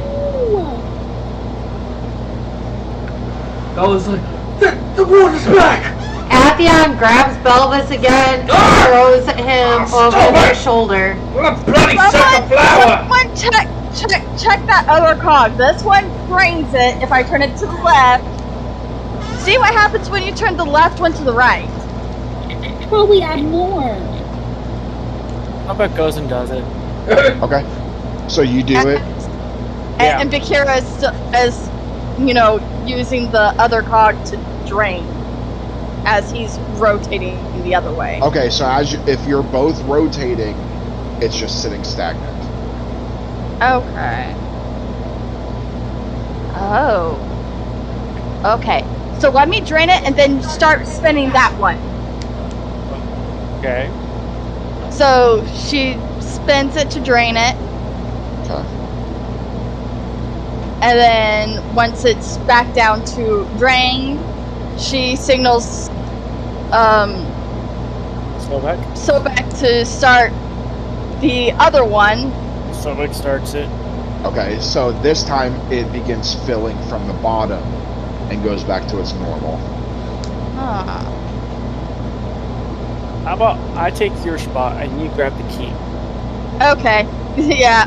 All right. Okay, so Sobek, are you going to turn it the same way she did? Yeah, just because he knows that lowers it at least. Okay. Try turning it the other way. Are you saying this in character, Atheon? Yeah. Atheon, Turn it the other way! So Looks you like want to turn the right one to the right?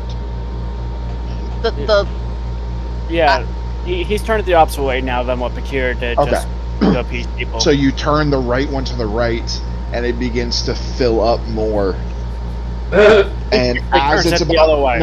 as it's about to hit that top before you're able to turn it, it goes into a runoff that empties the well. Completely? I'm in pain. You're Bagheera, welcome. now. I'll go grab the key. Yeah, I'll go grab the key. I'll just grab the key. I'll take it back. Alright, so Shouldn't be any because it's gone. it's 30 feet down. What's your movement speed? 30 feet? 55. 50. So you were able to get down there. To get down there safely, give me an athletics check. Okay, cool. Well, let's see if this is gonna be good.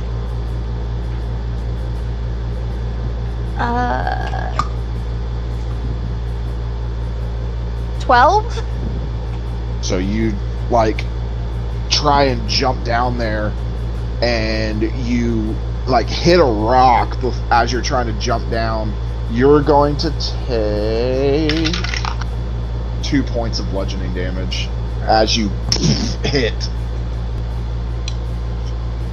That felt great. But you have the key. Yeah. How you get Now I back need up? to get my ass back up. How you getting back up? Crap. I have rope. Can somebody strong help her out with the rope? Belvis, who's still over Athion's, he's like, oh help! Oh help!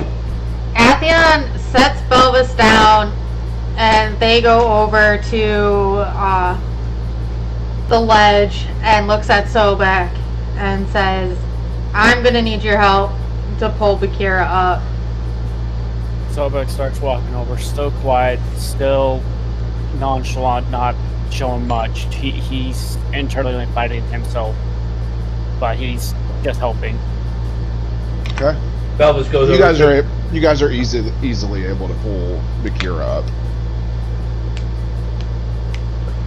Why didn't she just wolf out and just climb up? I'm surprised Belvis didn't have another acid trip and think the rope was a snake. Well, because there was a reason why I called Sobek, not Belvis. Well, Belvis went over and helped too. Alright. Oh god. So you guys, Bagheera's up and you guys have the key. Alright. That was more trouble than what it's worth. Yes, but now we need to try and get to the door, which is on the other side of this ravine. No. I'm gonna second. No, level it's not. healing No. myself. It's a just pool. in the room. It's a Okay. pool. It's like wrapped around and Yeah, the pool is just, it's almost like a fountain in the center. And the room goes around it, so the door's just on the other side. I mean, to be honest, you guys probably could have picked the lock and made it through the door. But here, just it's like We overcomplicated and just this. puts the key in and unlocks it. Just in case you didn't hear me, I second level cure wounded myself. okay. As you all enter the room, you see a fairly mundane room. Boxes and chairs sprawled throughout the room, dust covering every inch. You see in the corner there's the L-frame supports holding up the roof, and there's spider webs sprawled across it. Belvis kind of looks every- at. Sorry. Everything is very dim and dull, except for on the center wall is a mirror that is lined in nickel. It's plated in nickel. Athion goes over to the mirror and looks inside of it. Looks at it. Belvis is So- like, put me down! There goes two. Put me down! I already put you down. Oh, you did? Yeah. I didn't hear that. When you look in the mirror, you see yourself, but in the reflection behind you, you see an elegant ballroom behind you. And this is a small mirror. It's about that big. Athion turns and looks behind themselves and is like, what the? And it's a dirty, plain old room. And looks back at the mirror and like kind of like, what the heck? And Let me see. You see the same thing? Do I see anything else looking in the mirror, seeing the ballroom? Make a perception check. Is there a stick nearby? Like on the ground or something, or like a rock? You could probably find a rock. I want to really gently touch the mirror with the rock. I am wasting my nat 20s. 22. So with the rock, you touch the rock and you hear that it's a normal mirror. Well, normal mirror. So you look around, like looking in the mirror, and as you kind of move around, you're seeing the different angles. It's showing you different parts of the room behind you as a ballroom, and you kind of look around and you see on the ground behind you it looks like a glyph that is glowing in the shape of fire. Atheon turns around and walks towards the glyph that they saw in the mirror. Okay, so you turn around and you walk in that proximate area. You don't see anything there. What the? Do we have to fire spell it, or some kind of fire? I mean, I have fire spells. But does anybody have, like, a Can I fire bolt the approximate area it is in? Sure. Yeah, go ahead and cast it, and you do that, and you guys just see this fire hit. Nothing happens where you're looking. I'll check the mirror. You check the mirror, and you see that glyph begin to hum and glow. It's doing something. Atheon. It's glowing. You might want to move away from it, maybe. I don't know. Atheon hits it again with the firebolt. No difference. Atheon slowly backs away, but keeping their eyes focused on the spot.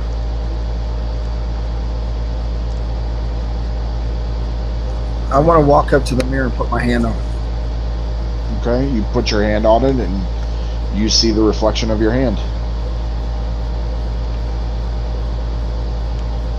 Do I see anything else in the mirror, or is it just the ballroom and the glyph?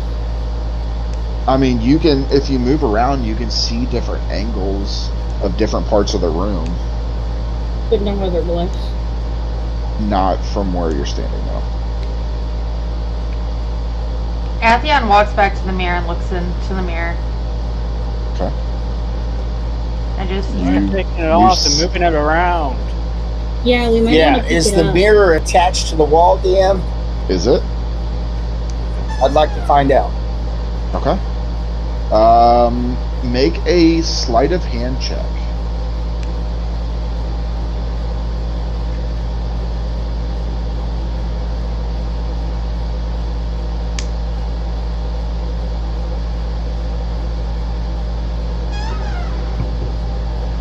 Sobek holds rope up to Belvis just to see how he reacts. Belvis is like, why are you? 32. Oh, my Belvis is like, why are you So doing that with rope? you go to grab, sliding your hands behind, sliding your fingers behind, in between the wall and the mirror, and you slowly grip it. As you go to pull it off, you hear a click, and it was just unhinging from the wall. You grabbed it just fine. Sobek goes, well, while you were with the benefactor, you made Van reaches into his bag of holding that he carries on his back and pulls out a new pair of trousers and puts those on, and then picks up the mirror. Okay. So, and as you pick up the mirror, you kind of picked it up and turned with it, and you're seeing a whole different angle than they are from the rest of the room where some of the boxes and chairs are. You're seeing a large banquet table, chandeliers over everything, and it's just a beautiful banquet room and ballroom. Okay. Do I see any other glyphs or anything that looks like it would be interacting with the original glyph? Make a perception check.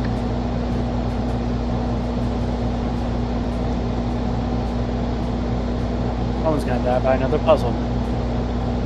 29. You move, and you kind of are looking at the right wall. You see a glyph that is the symbol of water. I will relay that to the group. Water, you say? Where's the glyph? A water glyph back on the wall. Belvis, DM can Belvis wants. I want to have Belvis take out his flask of pretty much never-ending water and kind of splash the wall with water. Okay, you can do that, and because that water is coming from a magical source, it is indeed magical water. And if you look in the mirror, Yeah, that got it. All right, and I'm going to continue scanning the room with the mirror. okay, and as you begin to make a circle, you see on the opposite wall is the symbol, a glyph of the symbol for Earth, the elemental Earth. Earth, back there, Earth. Belvis is like, Do we have magic? We got magic debt. Anybody got magic debt? I That- have Druidcraft, but I don't know if that's. Better than try. Can't hurt. I mean, I tried Druidcraft the Ivy. Okay. You see this ivy come out of the walls, and in the mirror you see Ema Willow. Nice Druidcraft. We got it. That one's Thank good. you. And I'll continue to turn. you see nothing on any of the other walls. All right, that looks like it. look up at the Any ceiling. ideas? And the floor, again. All right, I'll pan up to the ceiling. So you would actually go like this because you're looking at it from the reflection. So you would go down, and you see the symbol for air. Air. Sobek would use thaumaturgy, create like a gust, I believe.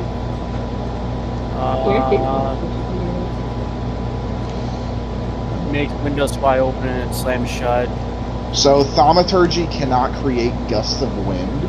I have prestidigitation, so I can do that. It is more of a moving objects kind of thing. It's a sensory thing. Okay. In that case, can I do a puff of wind? Because I have prestidigitation. I can actually. Sure. So you cast prestidigitation. I don't know why they named it that because it's the hardest fucking thing to say. Prestidigitation. Yeah. So you do that, and Vane, you see. Willow for number 2. Good job. Okay.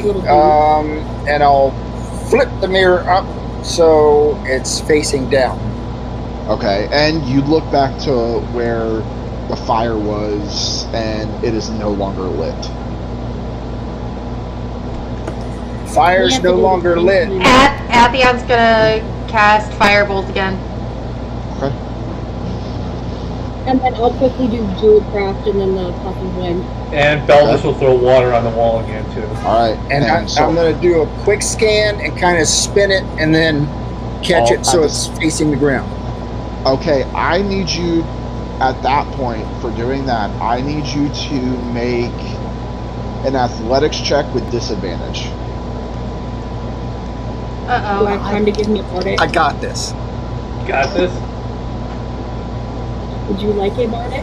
First one was a natural 20. Didn't you already give away your bardic? Oh, that's true. Who was it that has it again? Was it Bakira? Bakira. Me? Yeah, It was Bakira has Bakira. it. First one was a natural 20. Second one's an 18. And you need what now? Athletics. 30. You're able to do it without losing control of the mirror and breaking it. and you see all the glyphs, and you guys hear it.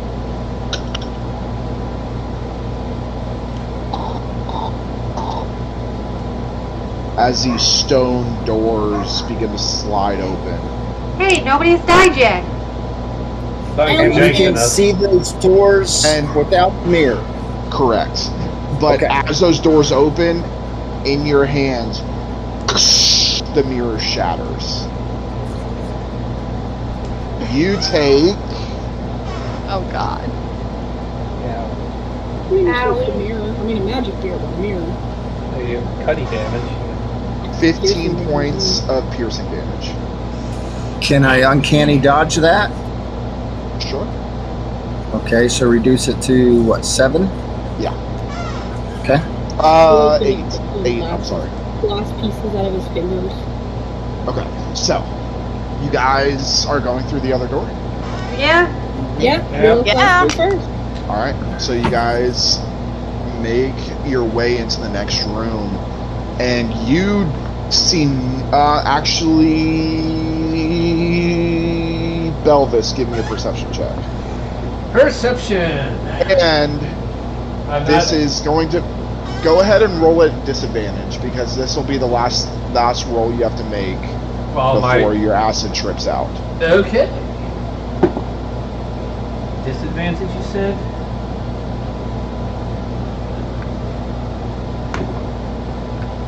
I got a dirty 20. Okay. So it begins to wear off, and you're starting to see normally. Belvis is like, But you're not quite sure though, because as you walk into this room, you see a huge, like 40-foot scale. like a justice scale kind of thing? Yes. Belvis is kind of like looking up and is like, alright, I'm feeling a lot better, but I need to ask you all something. Do you see the giant scale right in front of me? Everybody make perception checks to see if you see it.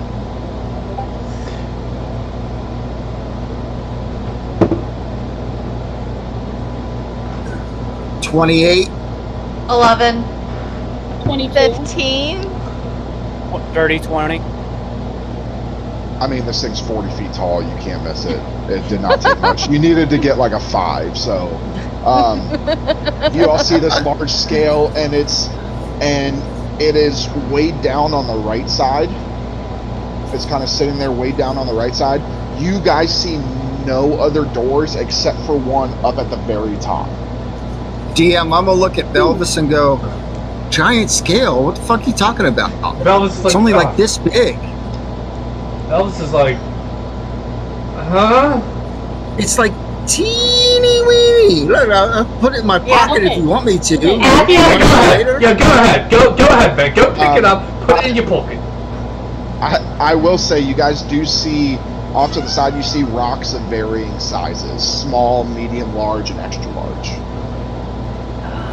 And the door is up above the one that's lower. I can dimension. It is above the one that is. I'm sorry. It is at the one. Yes, it's above the one that's lower. Yes. Okay. So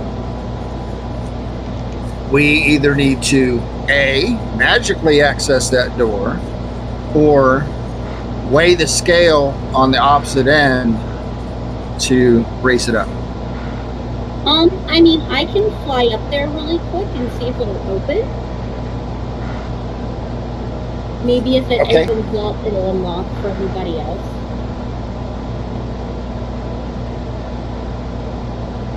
Careful, Willow. Okay, I'm gonna start flying up there top speed. Okay, you can get up there. The door is unlocked, but nothing happens. Oh no, just have to die. Okay, it didn't work, guys. So we gotta get this thing up there so that we can use it. Also, Bakira decides to do the dumb for once and just climbs up onto the lower one. Okay, you sit there. Nothing happens. God, you'll be careful there. You don't know what the heck Athion joins Bakira. I have a feeling we need to get those boulders onto that one up there to match our weight. DM Well, I Belvis. can enlarge reduce it. Does that change how much it weighs? You will change the size of it. Yeah, I'm saying I can, because it's only for 1 minute. I can enlarge reduce it so that we can make it small and then carry it up there and then drop it and make it bigger. Oh, you mean for the rocks? Yeah, for the rocks. Okay, I thought you meant on the scale. No, the rocks. Is there a way that I can shrink them down? Does it make it lighter? Does it say? I mean, they would be smaller. It would make them lighter because they're smaller. But do you have that as a cantrip? No, I don't think I know. I'm just saying because that's gonna, and because it's not an area effect, it's a single thing.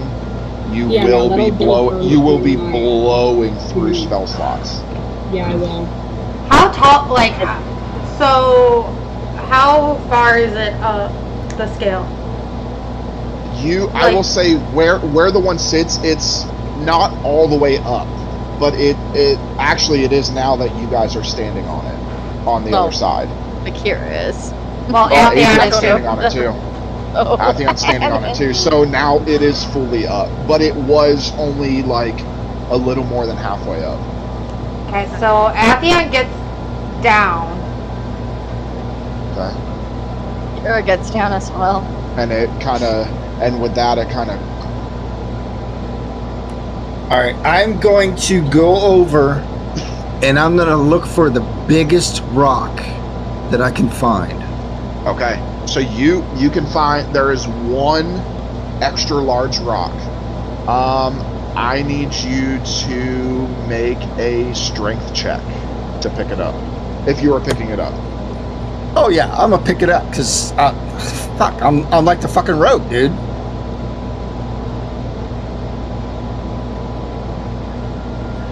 Strength, you say? I will say you have to get how much. I have weight of the rocks. Your DC to pass this is what the rock weighs, and then an additional half of that. Okay.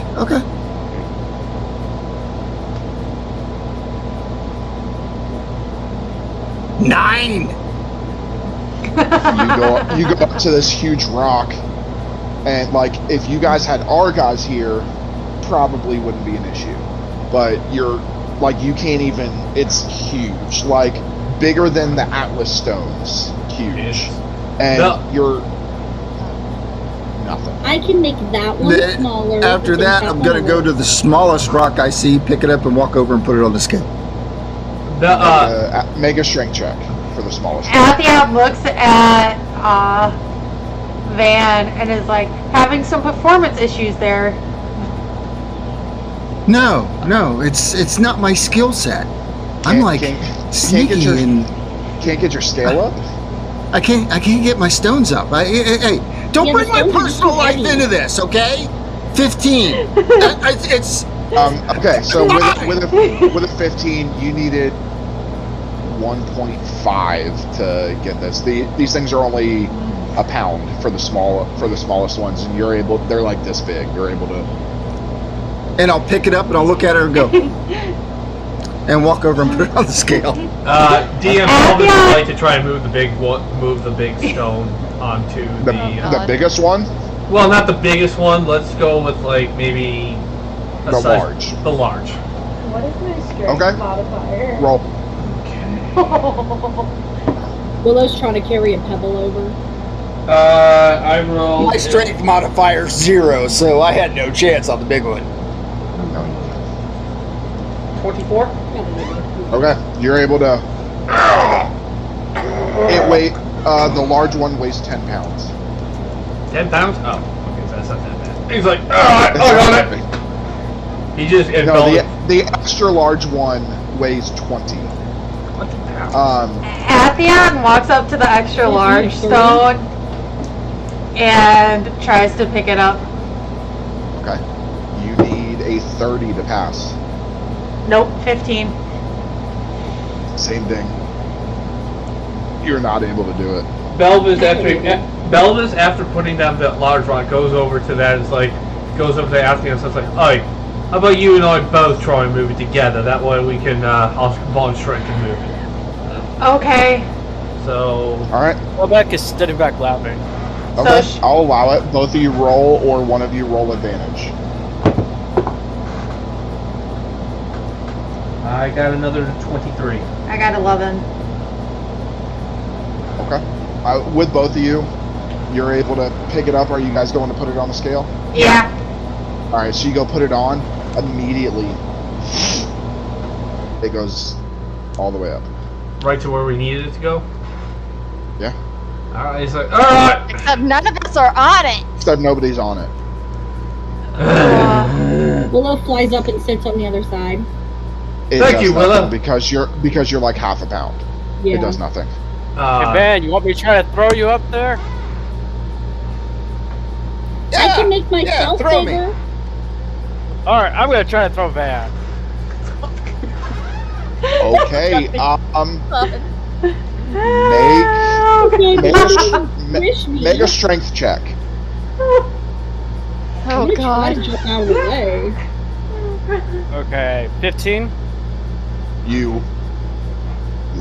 And Van just scrapes. Van, you take 5 points of bludgeoning damage, and you cannot uncanny dodge it. I get it. It's okay. It's okay. You've got like road rash on the side of your face. You know what? You've been eating too much cake, haven't you? Dude, it was just 2 cupcakes. It's Belvis, that doesn't affect it. Belvis would like to try and climb up onto that top scale, like just kind of like climb the scale and get on top of that thing. See if his weight can try and put us down a little. Make an acrobatics. What is my acrobatics? 27. Okay. It takes you some time, but you're able to climb up, sit on the side that Willow is. How much do you weigh? Atheon's gonna do the same thing. Okay. Give. Where would I Wait, say? 6. Okay, so you start to climb up, and you slip. You take 10 points of bludgeoning damage from the fall as you hit on the floor. Damn. Ow. DM, where would I find my weight? Go to the description. Bakira's go to gonna all. try. Bakira's just like, You didn't put in your weight. Oh yeah, I didn't put in my sensitive. Let's just let's just go with like 200 pounds. Okay. That's how much I weigh, so. And so your side goes down. There's only 31 pounds on the other side. Oh yeah, I was about to say it's like you're trying And to now say there's that. 200.5 pounds on that side. Belvis is just kind of like looking at the other guys. It's like, Okay. what? Leave me alone. Atheon's gonna get on the scale. Tell Belvis, get off, and try to put more stones on it. Everybody else who doesn't have a high strength modifier gets up onto the scale, and then we can all try and ride it up. Okay. So who's getting on the scale? Atheon. I'm getting on the scale. Willow's just gonna sit back up top and wait and see if anybody needs help. Okay, so Bakira. So Basically, everyone's getting on. And Belvis is getting off. Sobek, are you getting on? No, because he weighs 250 pounds and he has the Atheon, how much do you weigh?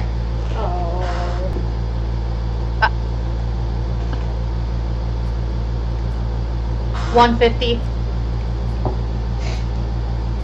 Bakira? 180. I'm a dragonborn. I'm a short dragonborn, but Van, I'm how a much do you weigh? dragonborn. I'm about 150. This says. Oh, never mind. I'm probably like 2 pounds, if anything.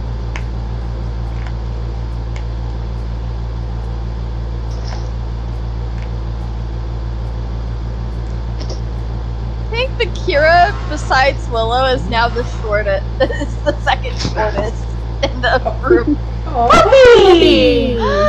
Hey, little buddy. Ah, what's up, puppy? Oh, you Look, my dog's butt's coming in on the camera. Look. Oh, You see? so adorable. All right. So,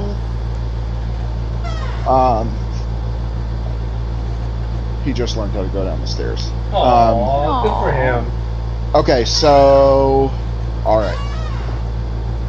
So, currently there's 31 pounds on the other side. Belvis is gonna go jump on that other side. And try and weigh it down so everyone can go up. Okay.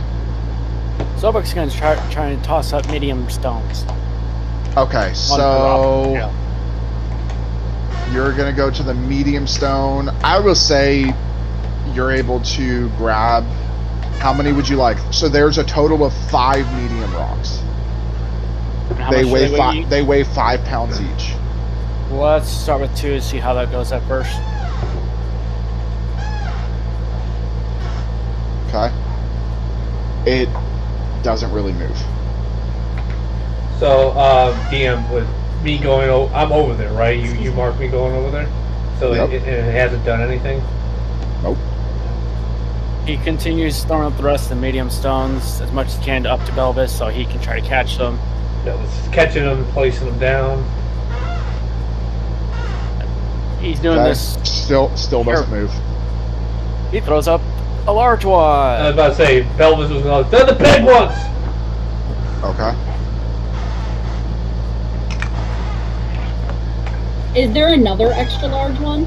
Nope. There was only one. That still doesn't And move. it's on the scale, isn't it? The Yep. extra large one's on the scale. Yep. He looks to the others. Why don't some of you get off and we'll do this a few people at a time? Bakira gets off. Atheon gets off. Whoa! Van, All right, so I'm up, right? Van is up. Yes. All right, I'm gonna step off onto the top ledge, Okay. and I'm going to take the rope that I have in my pack and lower it down. Okay. And it's 50 feet of rope. Correct. Okay. And it goes down. It's only 40 feet up. I told you guys the scale was 40 feet. Oh, yeah. We are making this harder than we needed it to be. Coming up. Yes, you were. All right. Who's going up the rope? Atheon. Belvis. What are you? Are you just Kara. holding onto the rope, Van? No, I'm actively pulling as well. I can druidcraft some vines to like pull it really tight, like a tree Okay. or something to wrap it on. So, we are going to have who's the first person climbing up? Atheon. All right, Atheon, you are going to make an acrobatics check. Van, you are going to make an athletics check.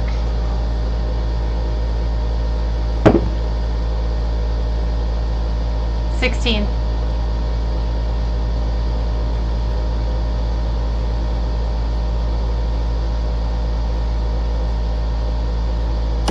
$26. You needed 25 total. So you're able to pull her up. Who's the rogue? Who's the rogue? That's right. Belvis will What do go you- next. All right, there's no rope there. Oh. Oh, yeah, because he pulled them up. And Belvis goes up, shouts Come on out, up. I'll look at Belvis and go, "Oi, throw the rope down!" throw the rope down. Okay, Atheon's Alright. gonna help pull the rope. Belvis, Acrobatics check. acrobatics. Van, athletics with advantage.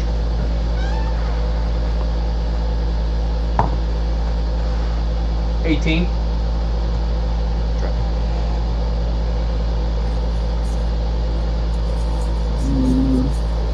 26. You're able to pull him up. Belvis just kind of gets up. Thanks for the help. Belvis gets behind Atheon and also grabs the rope to help out too. All right, and we'll lower it back down. All right, We'll say for the sake of brevity, you guys are able to pull everybody up. There's 3 people pulling the rope. Yeah, you guys are able to pull everybody up. And there's a door behind you. Does the door appear to be locked? Willow already opened it. Yeah. It's been Willow open the already entire opened time. Okay. That we've been doing this. So it's open. There was no puzzle to get into the door. It was just getting up. Okay. All right. Because it was 40 feet in the air. I'll go ahead and go through the door and look around. Everybody doing the same? Yeah. Yep. All right. And as you guys enter,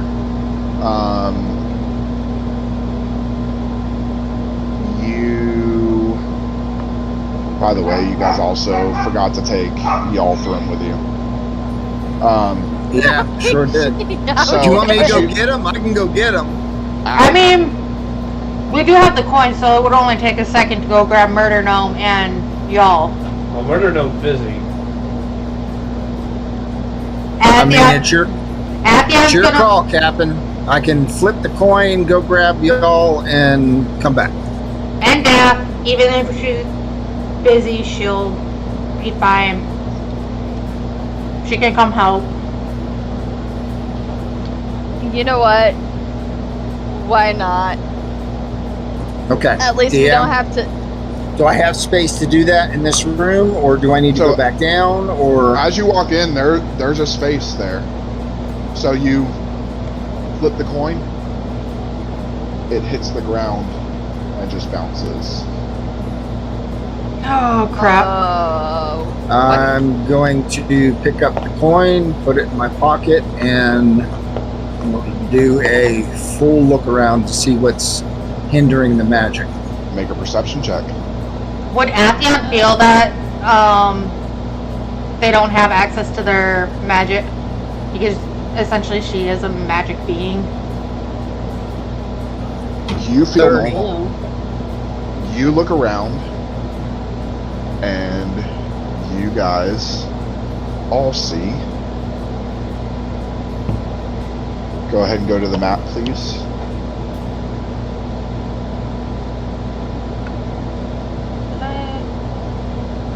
Oh boy. That looks Let me. fantastic. Alright. All right. You might have to refresh. I have it Directions up. map. The only problem is it is Oh, not it's the- centered The beast whatsoever. looking thing. It's not So- centered, but it'll work. You see. Yeah, it'll work. You can still see everything. You see what looks to be a large theater with a stage at the center, and you find a group sitting in a circle on the stage chanting a ritual. Belvis kind of says to everybody, but like in a whispered voice, is like, "This is the strangest sewer I have ever seen." We need to stop this ritual now. This is where we're going. How far are they away from us? They are. Let's see. Use our handy dandy ruler. From the closest person is 55 feet. Belvis can.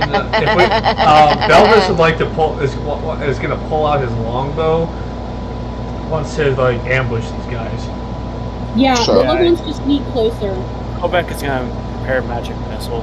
All right. So Atheon's Yeah. staying behind. does, I've got the crossbow ready. okay. So everybody wants to prepare an action. Correct? Yeah. Correct. Belvis knocks a. I want to sneak closer first, and then we'll take action. How, Yeah, you want to yeah. go your full 30 feet? I want to sneak.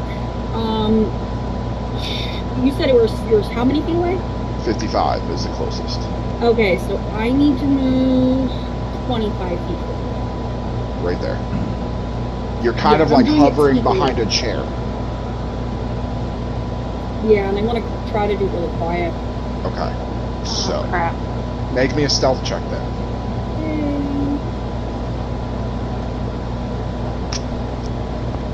23.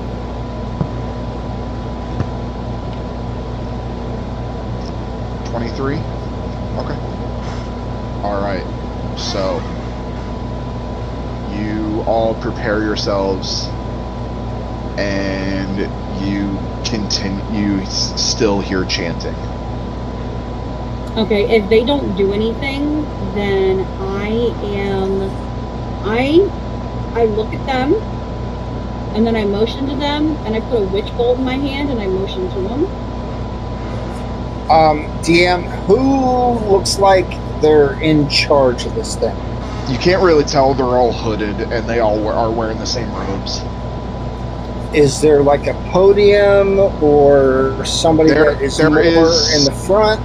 Nope, they are all centered around a book and a scroll at the center. All right, we need to stop this. I am going to cast. Okay, Witch Bolt I in the want middle. to take whoever is the farthest from me. Velvis takes aim at the guy that's in the center, like the little horseshoe Yep, I'm thing. preparing my witch bolt. Alright, hold on. So at this point, I need everybody to roll initiative. Yeah. My handed any Sobek dice. Ooh, Sobek dice don't fail me. My pretty willow dice that nobody's seen before. In Pretty. Ooh, those look so pretty. Where'd you get those? Ooh. I gotta use some ammo. Oh, sorry, I'm trying to show the 26. Raven's Nest. Oh, Raven's Nest. That looks like some nice dice. They're great dice, and the sticker work. These are my Raven's Queen dice. Ooh, those are pretty.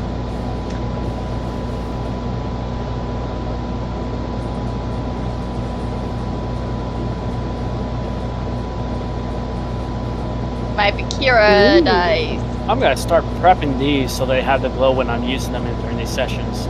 You need to. Yeah, I sold one of those this week. What? Your Raven's Nest dice? Yeah. Fred, look at those. Look at those pretty things. And ooh, look at that. And wait, and I think yours, Atheon, has something special. Okay, this is not, we're not sponsored, nothing. This is just a present. That's cool. And And we have And these everybody really out cool there- dice. she has a new set she hasn't even seen yet.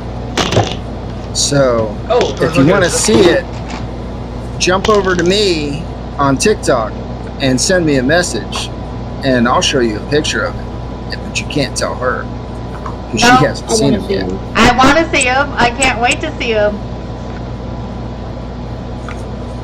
We're all No. in on this. Very good.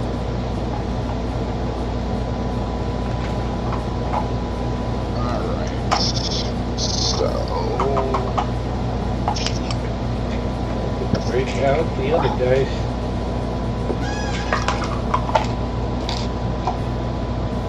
Yeah, and guys, jump over and visit the pages, both ours and Raven's Nest, because there's always giveaways, man. Don't want to Oh, miss yeah. anything. Oh yeah. Alright, let's see if one of these rates better. Oh, much better. I had to buy new dry erase markers because on the red token you can't see the black. Oh. What do you mean, DM? What do you mean, red token? What are you talking about? Oh, you mean I'm sorry. I'm talking about these tokens from Grapevine Lightworks for my initiative tracker that was handmade for us. What? Initiative tracker, you say? Yeah. Handmade, custom made with our logo. By who? That's pretty This slick. is made by Grapevine Lightworks. You can find them on Etsy at Grapevine Lightworks. Thank you for making us this awesome dice. And guys, go Or out there and awesome thing. show Jeremy is his name. And Jeremy, if you happen to catch this, much love to you, brother. Your stuff is awesome. Go out there and show him some love. He happened to be one of our winners, as a matter of fact. How crazy was that? All right. So, So,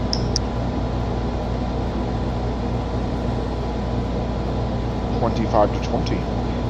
DM, I got a 26, and 22. Pam got a 24. So, Belvis is first. Yeah, much better. I couldn't see it before. Oh, yeah, big difference. Okay. You stubborn boy. So, Atheon. Oh, little kitty. Kitty. We should include the cat. We should Hi, roll baby initiative. boy. We Hi, should baby boy. roll initiative for the cat as well. And we have Van. Okay.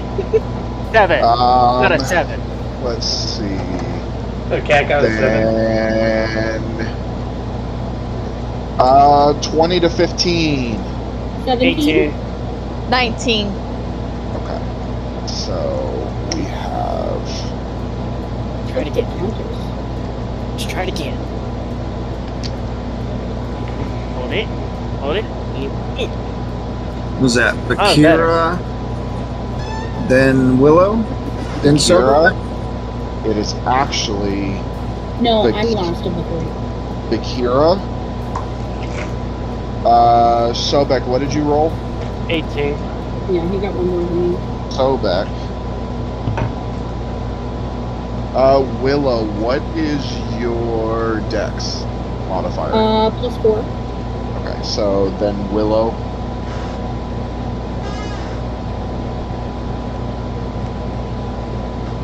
Then it is Fanatic 1.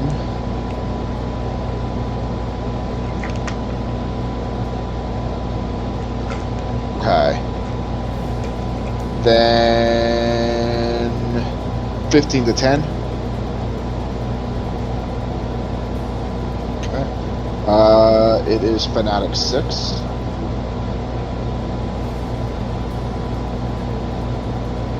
I'm here. Then Fanatic 5. They can roll your die. Maybe that's better. No, I think he's fine. Fanatic 3.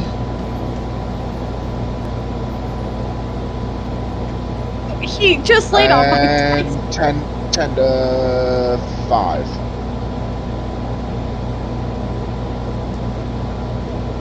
Should just be them left, DM. Yeah.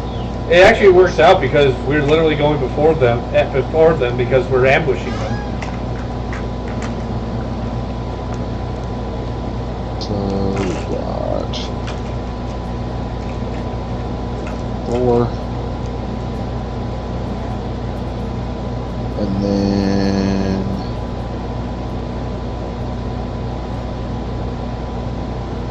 sorry. 7, then 4, then 2. Hi.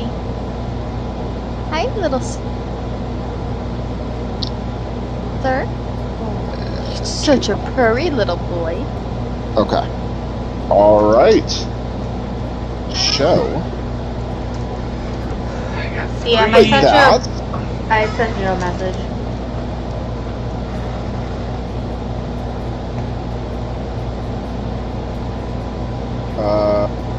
yes.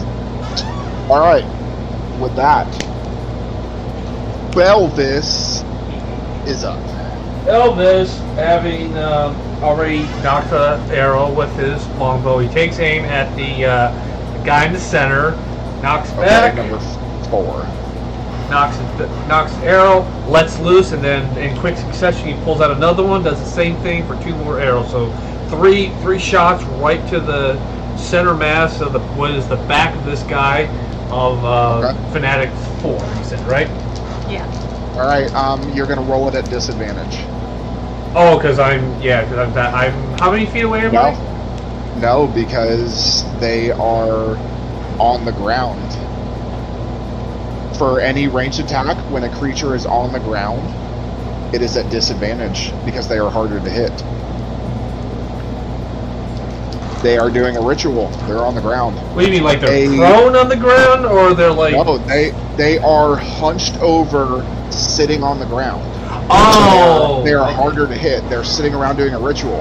Okay. So any creature that is on the ground, and in this case, because you are farther away, and they are a little bit, they're small in stature, they're harder to hit. Yeah, I must have missed where they. I thought they were like standing up or like fully around. Nope, Okay. they are all sitting around. Okay, so if you were doing melee, you would be at advantage. Okay, yeah.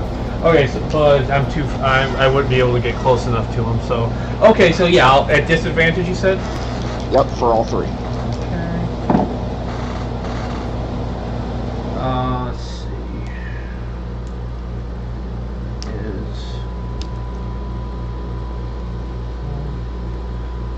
I'm gonna write these numbers down. Make sure I pick up the right ones.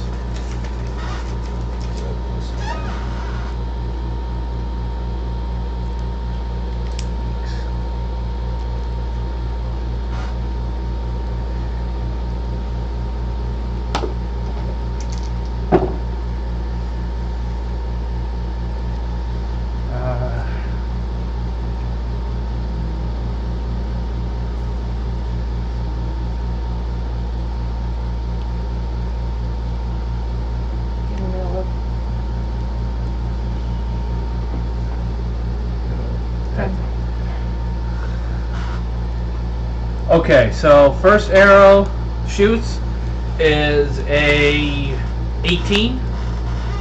18 just hits. Second one is a 22. Hits. Third one is a dirty 20. Hits. Those are all at disadvantage? Yes, those are at disadvantage. Alright. Elvis is a pretty damn good archer. So all Alright, roll damage. Okay.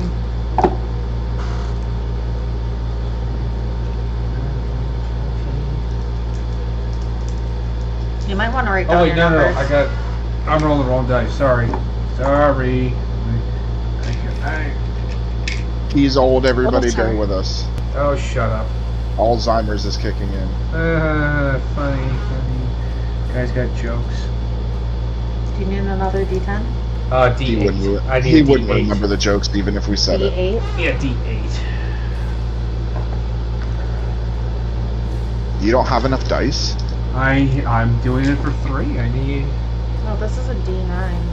You need to get some more from Raven's Nest. You're right. I should get one. If only we knew somebody that made dice. Here. Okay. I know, right?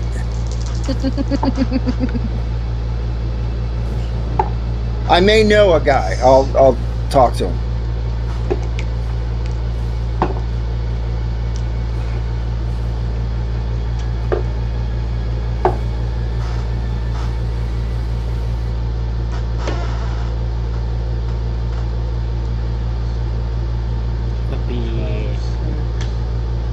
Go. That's 31 damage total. Okay. Give me my dice back. So, you fire in quick succession. And you just hit him.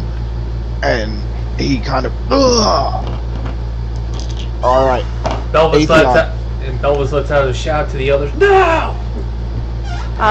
She's gonna cast Firebolt at the book. Oh, yeah. Okay. Stop. You don't even have to roll for that. You do it, and he book begins to burn. That ends your turn? Yep. Okay. That was easy. Van, you're up with Bakira on deck. All right. I'll take whoever's farthest, I guess. The farthest one is either number 1 or number 8. I forgot that there was 8 and not 7, so we're going to add number 8 in at the end. All right, give me number 1. All right. And I will shoot the Reap and Sow. Okay, they are not bigger than you, though, and it is at disadvantage. But with Sharpshooter gives me advantage. Sharpshooter gives you advantage normally. Okay. So it evens it out.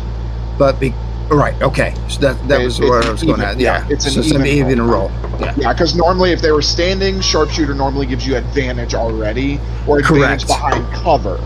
Right. And I would have it anyways because of taking the first strike before them. So correct. This is just So it's just a regular roll. 26 to hit. It hits. And I need him to give me a Constitution saving throw.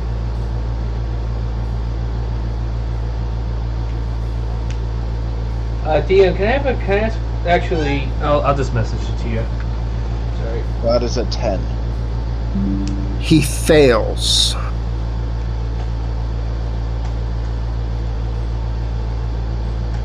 Okay.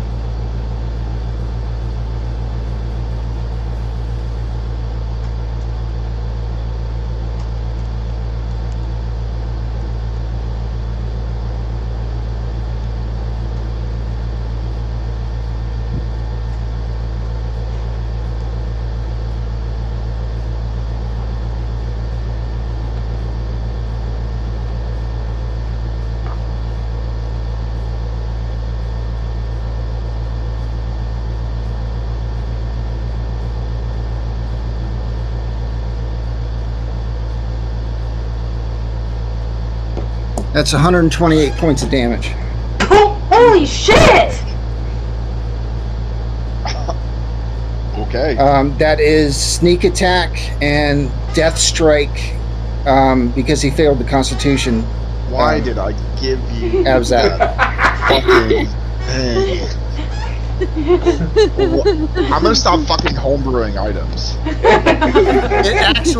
It's actually more than that.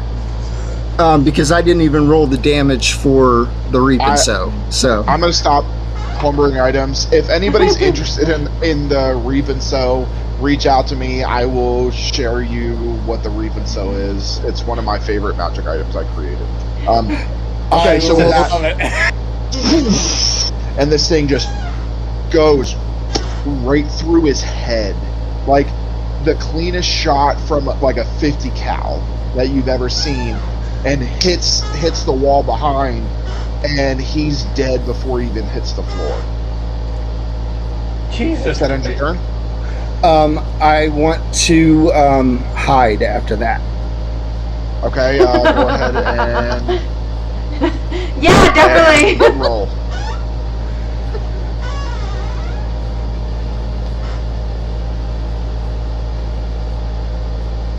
This group doesn't know what the hell is hitting them. Literally. 35. Okay, we'll see if 35 works. All right, Bakira is up with Sobek on deck. Eldritch Blast. I will Eldritch Blast. Yeah. I mean, All right, so it is at disadvantage at disadvantage? for each one. They are all so. What you guys have to remember, even though we're doing this, even though we're doing this like this, you guys have to remember that a round is only like 10 seconds. All So right. you guys are doing all this so quick, they don't have time to get up, so they're all still sitting. Yeah, that's right. So, because you were doing a range... I'm gonna not do Eldritch Blast. I'm gonna wolf out and move to the nearest one. Okay. So what is your speed in wolf form? 55 feet. So the nearest one, you can go to the center one that... I will say I'm going to need an athletics check because you guys are up on this top tier. So you would have to jump, you'll wolf out, jump down, run across, and jump up on the stage. You still have a D12 of Bardic, don't forget. So Yep. while you're rolling for that, you guys see bones breaking as Bakira begins to shift into her hybrid wolf form and lets out a howl as she leaps off. 17 for my athletics. Okay. So you're able to go ahead and make an attack. And at this time, it is with advantage because he is sitting. I feel sorry for this person. If you're going for the center one, that's the guy who's got 3 arrows in his back, courtesy of me. So yeah, he's like, what the hell? Oh no! And now he's about to get mauled by a werewolf. I'm about to get mauled by a werewolf. Well, they just hear this, and then just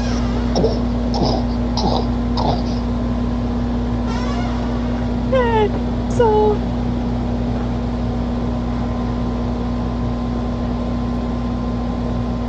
I really hope this Nat is 20. roll. I hope this ain't random mature people. Go ahead, since it's a nat 20, roll damage for that one, and then double it. And just remember, guys, you can do it one of 2 ways. You can either roll your damage dice and double the damage at the end, or you can roll double the damage dice. But just for me, it's easier to roll and then double at the end.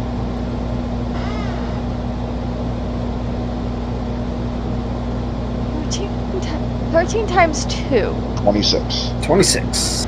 26 for the Okay. first hit. Hell Okay. yeah. Keep in mind, he already took 31 damage from my arrows. Yeah, You still- I'm not you gonna still roll there. again because that was another nat 20. What? Okay, roll damage. It must be that Raven's Nest dice, man. Roll That's damage. exactly the dice I'm using. Maybe I need to pull. I'm gonna pull out my Raven's Nest dice. Hey, no, Go you're forbidden. for it. You are forbidden, You're sir. forbidden. You are forbidden, sir. Wow, these are amazing Dungeon Master dice. Those look pretty sharp, buddy. I'm gonna sit that. I'm only gonna use the D20 on that. 12 Double Yeah, that- times 2. That turned out so nice. 20, 24. 24. So you.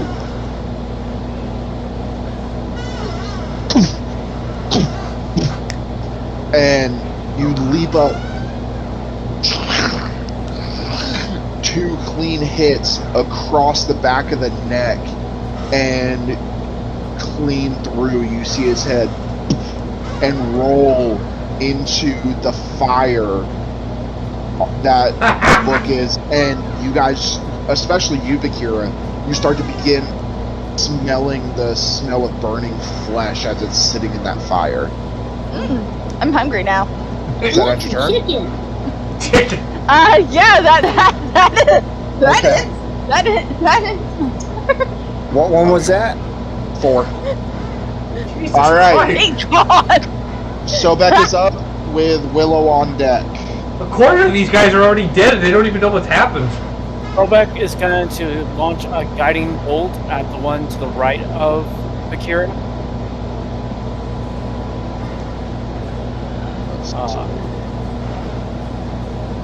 Basically where there's 4 in the line. The number 5. Yeah. And I gotta roll this at disadvantage, correct? Correct, because it is ranged and they are still sitting. They still have not had time to get up.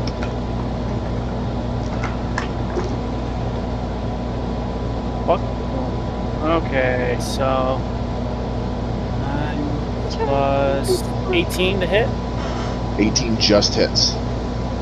Okay. for 15 damage. Okay. And now every attack after that would get advantage because he's shivering light now. Okay. And Sobert's gonna walk forward. Well, he's gonna move forward just 30 feet towards this person.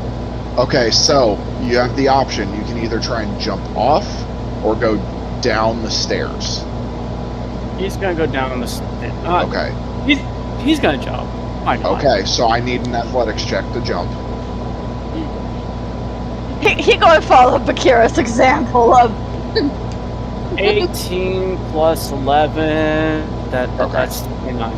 Alright, so I will say with the jump, you can only make it 15 feet after that. So that puts you about right there.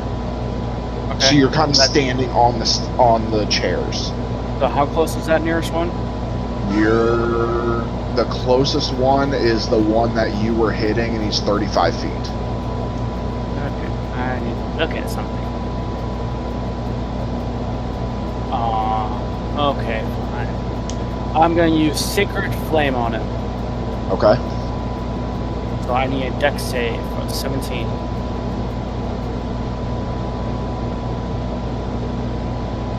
That one. 20. Or nat 1. Natural 20.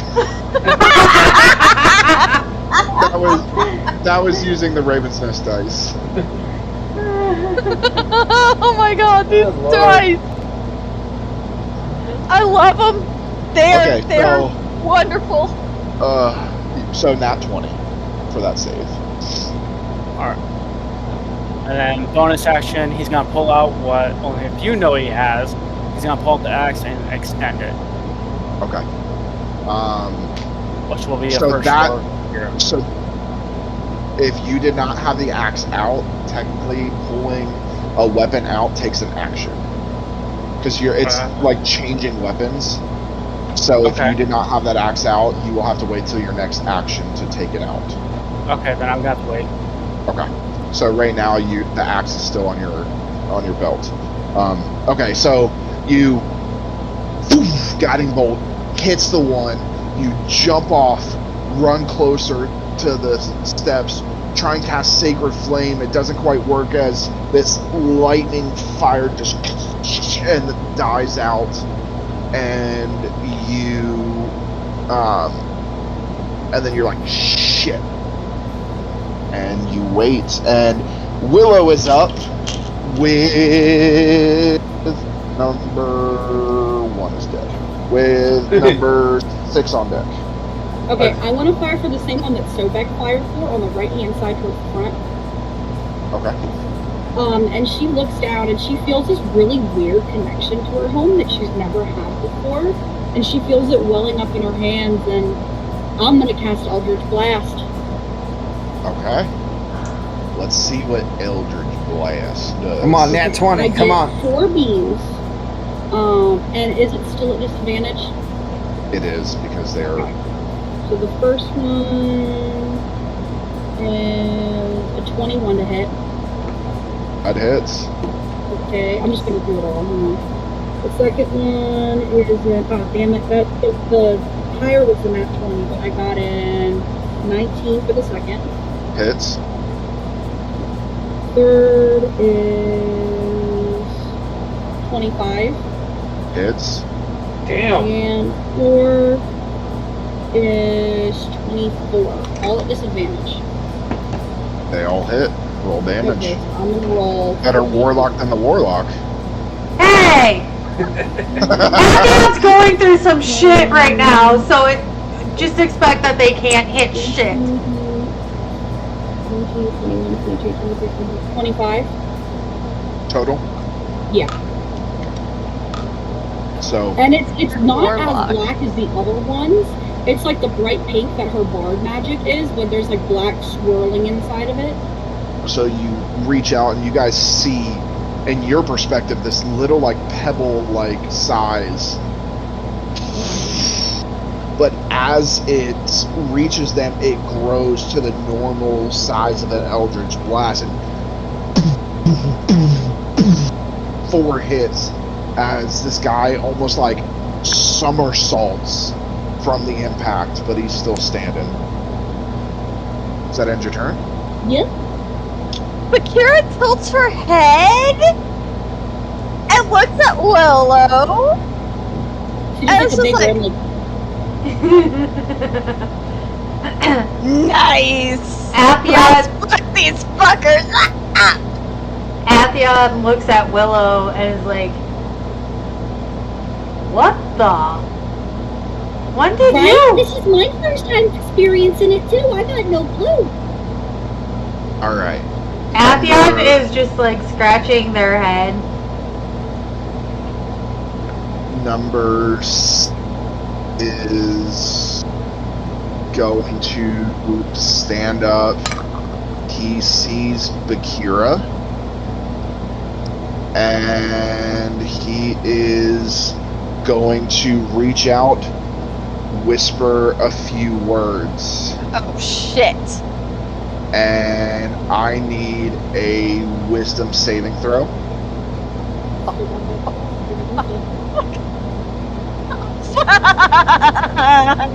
There it is. Covered Bardic.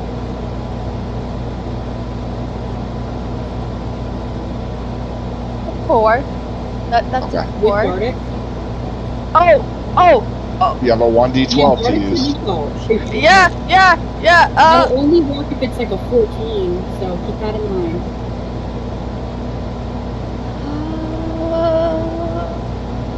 And then if she does pass, I want to bounce it to Sobek. That brings it up to 8. It Okay. fails. And he reaches out and he says, "Flee." So, you will I have take- advantage against being frightened. It's not a frighten. He casts Oh. command. Oh. So, and commanded that a you to charm? flee. He commanded you to flee. What it will do is on your next turn, you will take your turn moving away from him the fastest available means possible. So you use all your movement speed to move away. Okay? Alright. Okay. So that's going to end his turn. It is number 5's turn. He, after being hit by Sobek Actually- and Willow. he is going to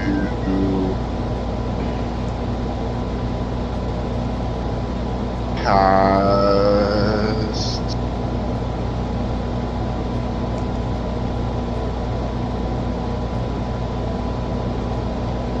he's going to actually hold on.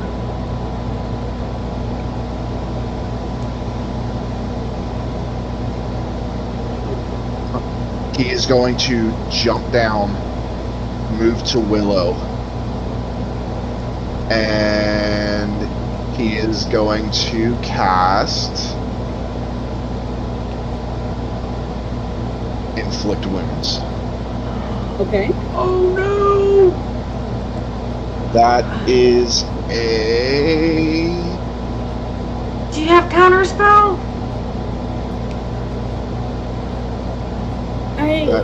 I do. that is a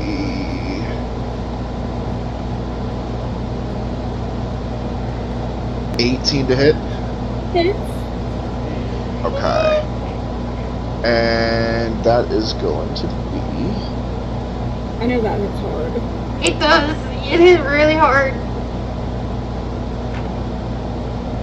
yeah, I need some my d20s. Oh, yeah. For context, I have 64 HP. 64? Oh no, we can. I'm still hurt from that acid. Did you use I a... healed myself a little, but it wasn't a full heal. Well, I think this is what, 60-10? Probably. Oh, I'm sorry. I'm not paying attention. I'm counting dice. It's hard to count to 6. Yeah, 60-10.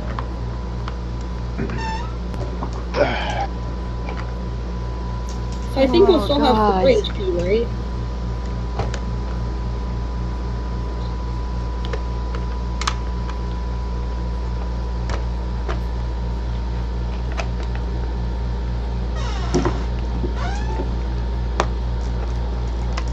"41 points of necrotic damage." Yo! As he runs down there and just pumps you full of this necrotic damage. And that was what? Number 5 DM? That was number 5, yes. I have 23 HP. Okay. He is going to end his turn.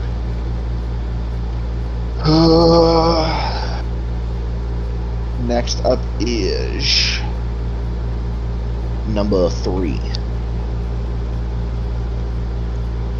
Number 3 is seeing what number 6 did to Bakira, is not going to touch Bakira, so he doesn't break the spell. And he is going to look to Sobek, hold out his hand. Sobek, I need you to make a wisdom saving throw as he casts Hold Person.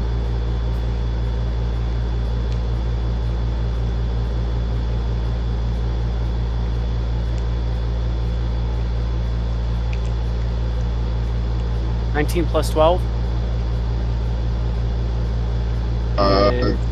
Yeah, 31, it's a I think. spell. It's a spell. You pass. So he goes to, and you just kind of shake it off. All right, he can't do anything else. That is going to number 2. All right, let's go into number 2. Number 2 is going to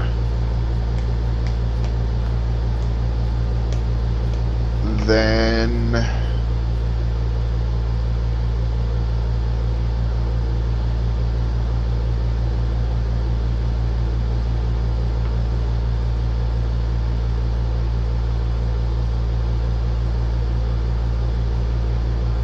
all right, so he is going to reach out to Fanatic 5 and cast Shield of Faith. Fanatic 5 It's now harder to hit him now. plus 2 to his AC.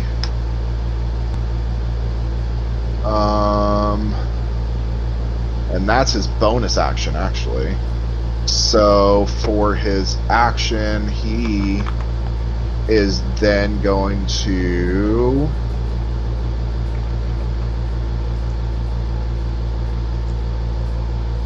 so he'll move down here because 30 feet. He is going to look up to Belvis and he is going to cast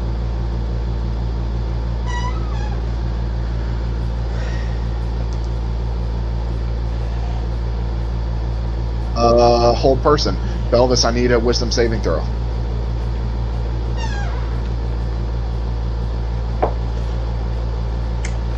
$22.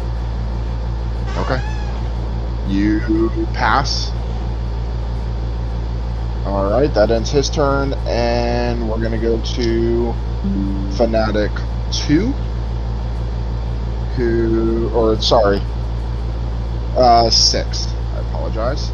Number 6 is going to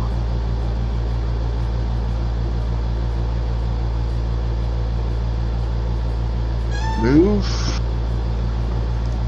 his 30 feet. Oh, perfect. And He is.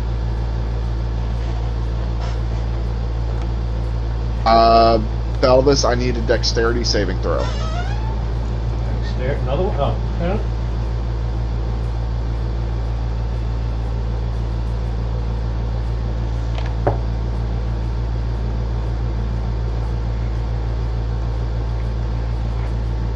That's a dirty 20. Okay. Reach out, tries to cast Sacred Flame, and you're able to move out of the way of it. Oi! Miss me, you bastard! Alright, and then finally number 8 is going to move to the center and actually he's going to he's going to move to the center and he will then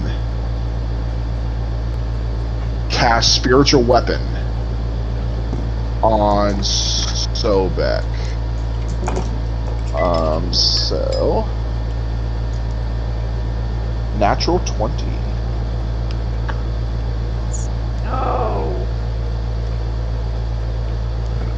And I need my D8s.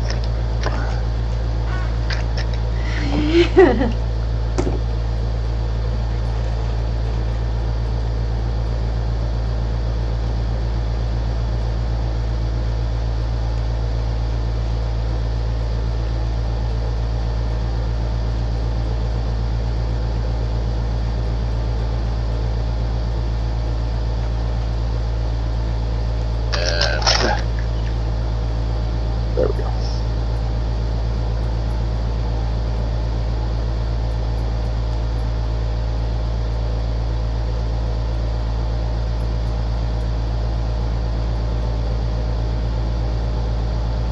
.24 points of force damage. Owie.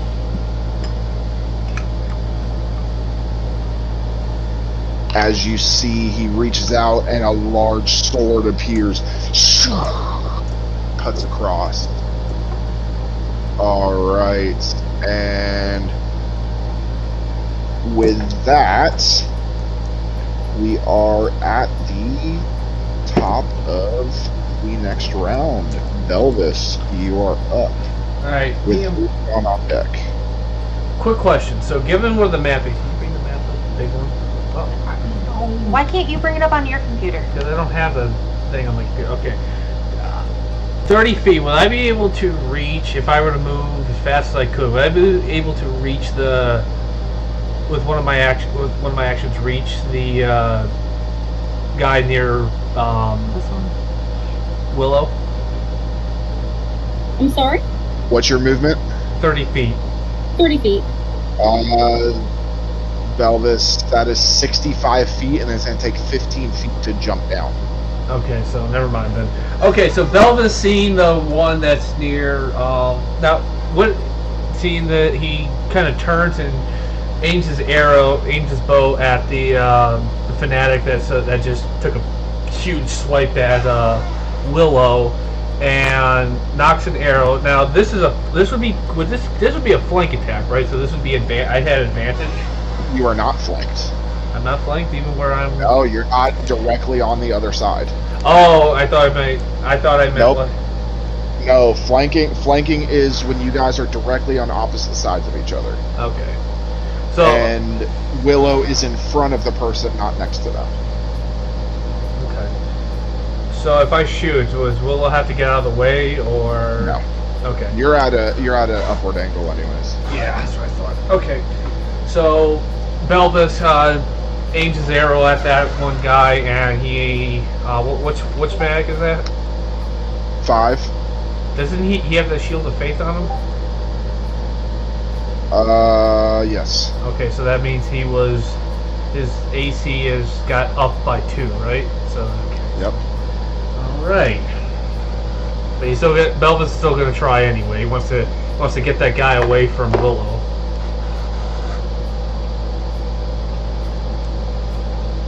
I will say though, Belvis reached in his quiver. He also used the elemental one, the magical one. So those are flaming arrows. He's going to shoot now.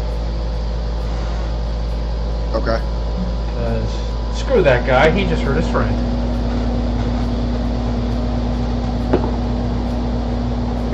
Basically, screw you in particular. 27 for the first one.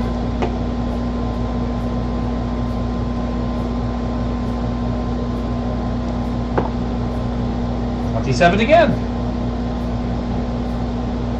Love me these Raven Nest days.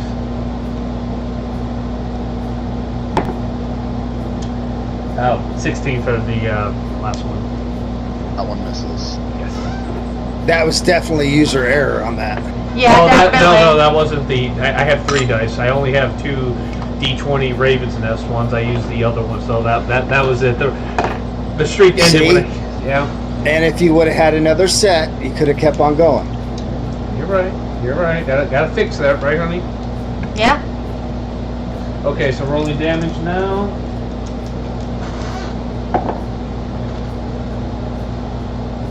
$18 damage Total? total. Okay. So the 2 hit him in the side as the 1 goes high over his head. He's still standing though. And Belvis shouts down and was like, "Oh, you! Why don't you pick up someone your own size, you mangy bastard?" Alright. Atheon is up with Van on deck. I'm gonna hit the one that's directly in front of Atheon with Eldritch Blast. Number 2. Is it disadvantage or? No, they are standing. Okay. It's regular hit. 19 for the first one. It hits.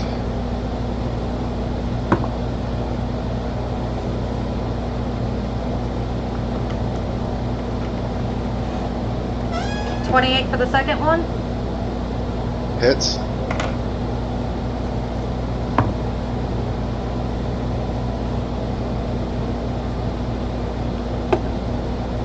What happened?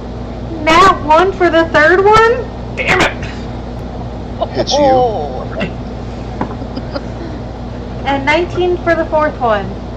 Okay. All 3 of them hit, 1 miss. I need you to roll. So roll me damage for 3 of them. Okay, that is D10.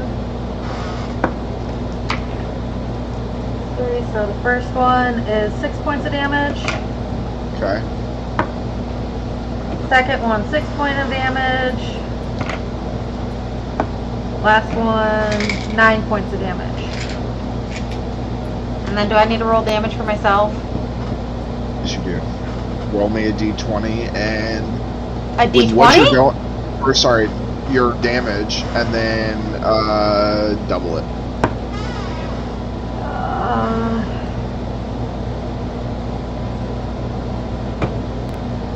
18. Now.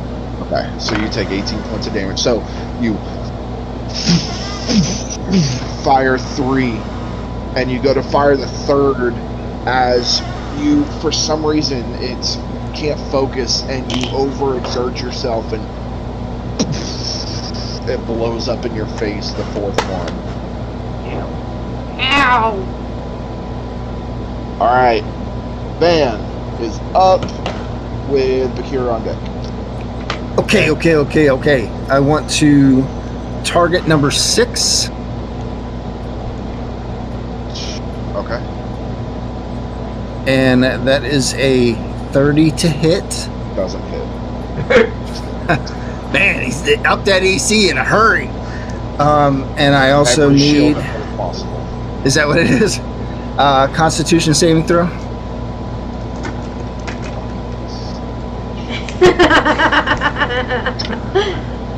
Willow, be prepared to be sprayed. Dirty 20.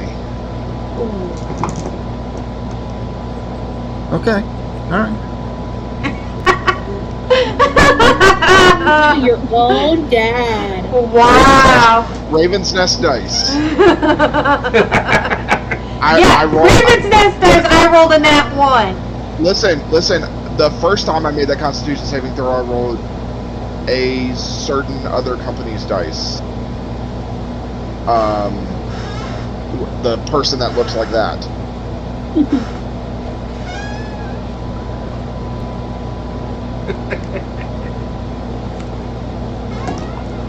don't want to get copyrighted on here.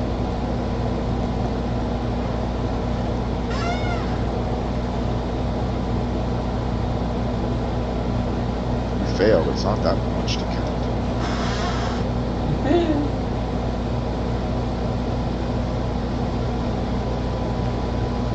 It's still half damage. 42 points of damage.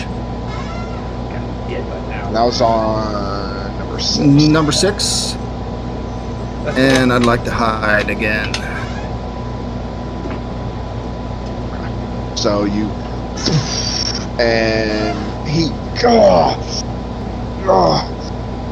he's still standing. What? Yeah. Okay, and it's 28 for stealth. Now, does he have to make a concentration check or what for his spell? He does. And he passes it with a natural 17. Alright. So he's there. That +2 is still on. Alright. Bakira's up. But the only thing Bakira can do. What's your movement speed? 55 feet. So 55 feet. Bakira just takes off back upstairs and is now all the way back there. Everybody kill Fanatic Bakira? 6. Snarls. Hold on. 1 second. Which one was it that did that to Bakira? Number 6. Number 6. Alrighty. You are still commanded until the end of his next turn if he chooses not to drop it, or if he chooses to drop it. Can I still take an action? That was it. That was it. Your action is getting away as far as possible. Even though I have 2 actions? Yep. You are commanded. He's commanding you to do, so you can only do what he is commanding you to do. If you want to take 2 actions, you can, but it's you going to be running another 55 feet away. So you'll be 110 feet away from him. That would put me out of the place. Exactly. No. Exactly. I hate these fuckers. But you can. I will allow you to make another wisdom saving throw to see if you can break it at the end of your turn.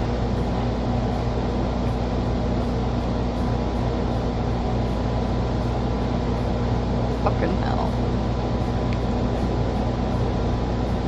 Nat 20, so 21. Okay. And you're able to kind of shake it off. Belvis looks over at Bakira's like, Oh, "Oi, you what you got back up here?" You hear Bakira actually just let out a massive rage. Belvis is kind of up at the balcony, looks over at Bakira's like, "Oh, Cat, what you doing out here? Go get down there and get that one bastard in front of Willie. Just asshole will die." All right. That ends your turn. Sobek, you are up with Willow on deck. Can't hear you. Can't hear you. Oh, I muted because she was laughing. I pull up the staff as one of my staff. How do we handle? How do we pronounce that thing? Does act. And then he will use his bonus action to extend it. Okay. As he starts marching forward to the one right in front of him and the one behind him, in line with him, up to 5 feet in front of this person, before he swerves and uses the people. This person can start hearing the lightning crackle as he releases his lightning breath. Okay. So they both Yeah, as long as he keeps them in line, both will need to make a dex save of 18. Natural 20 for one. And so the one in front of you is a natural 20. The one behind him is a 13. Okay. That, and then we're gonna click that. So 18 is total. The one in front of him will only take 9. The one behind him will take the full 18.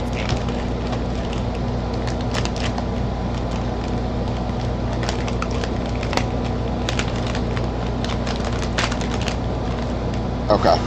And I rolled a concentration check for number 6, but it doesn't matter because it dropped anyways. Okay. So yeah, you run forward and you crackle lightning through both of them. Does that end your turn? Gonna have to end my turn. Alright, Willow is up with number 6 on deck. Okay, I am going to cast Cure Wounds at myself as 6th level. Okay.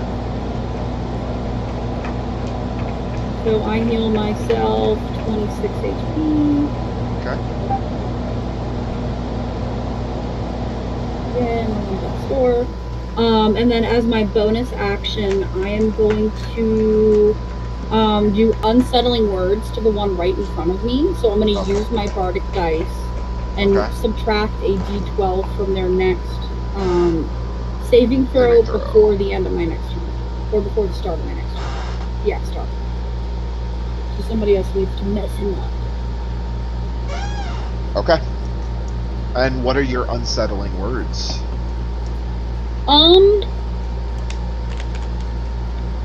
You're so bad at getting friends that you had to join a cult? Really? He feels hurt by that. Yeah, he's heartbroken. Alright.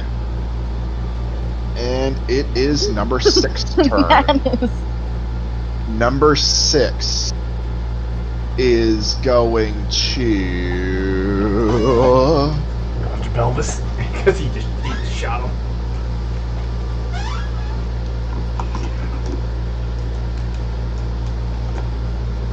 Number 6 is going to inflict wounds on Sobek.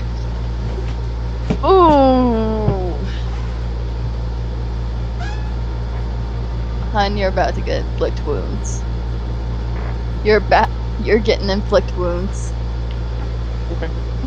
That's a 17 to hit. That misses. Okay.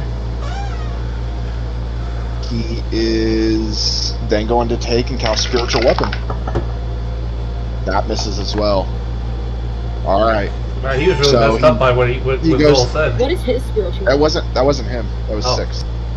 He goes to touch you, and you're kind of able to shrug it off as a sword comes up behind, and you're able to duck underneath it. Number 5 is up. He is going to cast Inflict Wounds on Willow.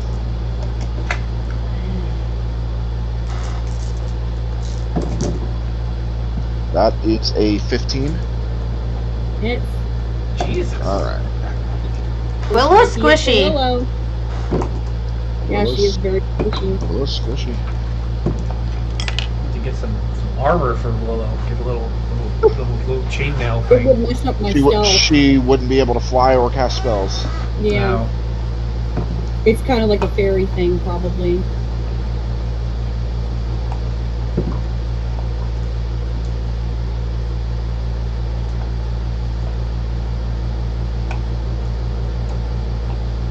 Alright.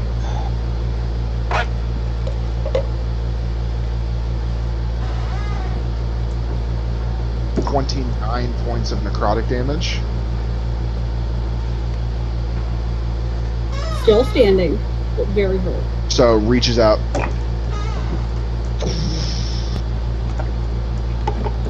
I have 20 HP, so little fairy is dripping blood. Alright. But you're still up, right? Yeah, I have 20 Okay. HP. All right. We gotta kill that guy in front of Willow. Okay, and then he is going to cast Shield of Faith on himself as his bonus action.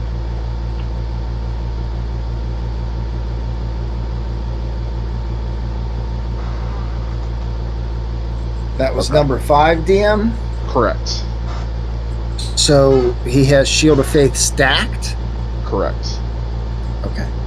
One from him. So you can't stack it on, like, one person can't stack it on multiple people, but he can do it to himself and somebody else can do it.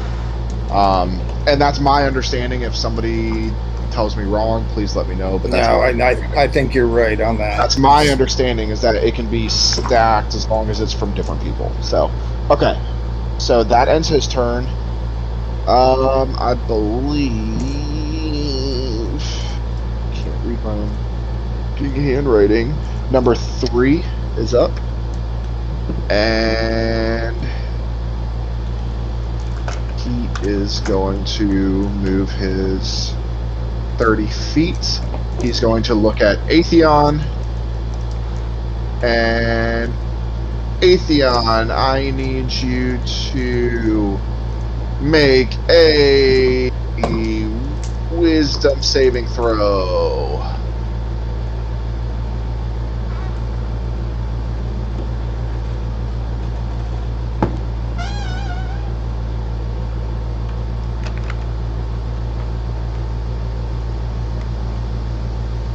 $27. Alright, you are able to...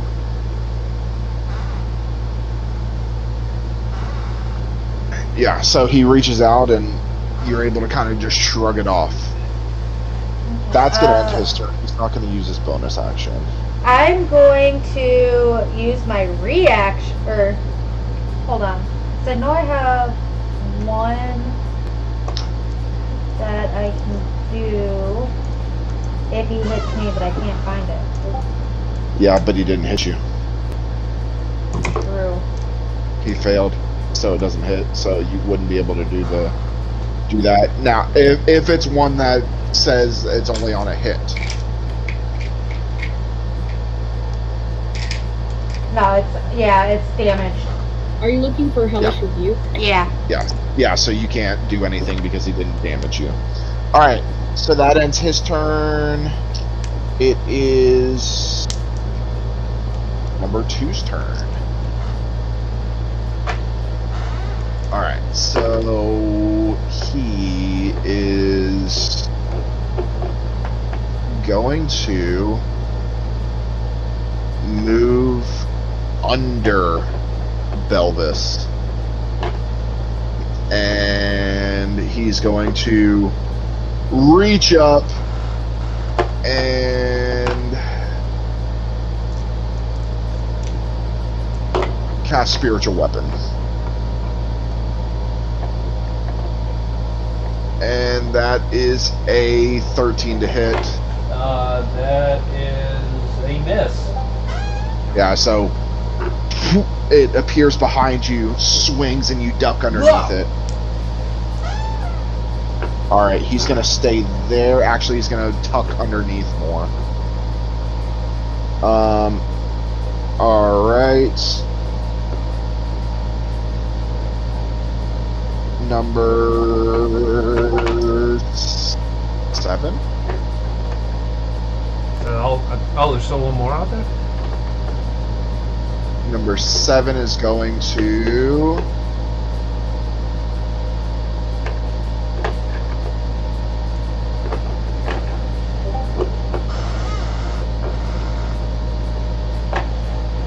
Number 7 is going to cast Sacred Flame on Willow. Willow, I need a Dex saving throw. Okay, I have a pretty good Dex. Nat 20. 16. 16 saves. So you're gonna take you take no damage. Okay, good. Alright. And so that ends his turn, and number 8 is up last. forgetting something. Huh? My beholder friend Oh, that you came mean with us. you mean the beholder that is from a magical item, right? In a place where no magical In a items place work. where no magical item works. Oh. It negated. So my beholder disappeared. Your beholder's gone, like gone. Oh. So Like what? forever? Basically, what happened? Yes. What happened is because that when you use the deck of illusions, you have that card. That card stays with you, and that creature stays with you until you get rid of it, or it is dispelled. Now, when you walked into this room, all physical, like all magic items, were dispelled, which is why the coin didn't work. So that you still have your other cards, I will tell you that. So you just won't be able to cast them in here. But yes, so this dispels any magic items. It's iffy on if it should have dispelled Atheon completely, but I'm allowing it. I mean, if you really want to, as long as No. I can come back. No. I won't do that. All right. So number 8 is going to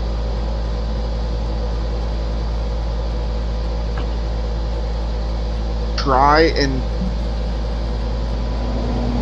hold on.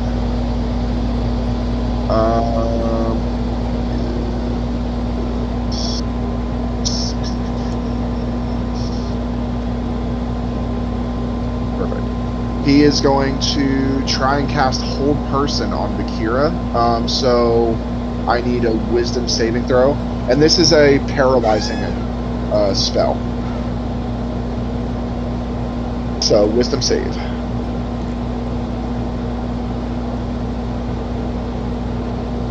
She's really 15. the one. That, 15. You save. You're the one that deals the most damage. So, so reach out. And you just kind of shrug it off. All right, that ends his turn. Round 3. Belvis, you're up. Belvis takes a look at Fanatic 5. He's getting really pissed off now. He's like, you are dead. So Belvis, again, knocks his arrows, takes aim. Let's loose the first arrow. That's a 22 to hit. Dirty 22. Just hits. DM, quick thing. Do nat 20 still count as, even though technically that would be... If it's a dirty 20. If so a dirty 20 would miss, but a nat 20 would hit? For what? For hitting it, because you said, if I'm guessing right, his AC is below 22. His AC is 22. Okay, so So as long as you hit 22, it doesn't matter what you roll. Now, if it's a nat 20, that's what I was saying. With no modifier, it does not hit. Okay. That was a 14. Because you still have to hit the AC. Okay. That was a 14. Yeah, I wasn't understanding the question you were asking.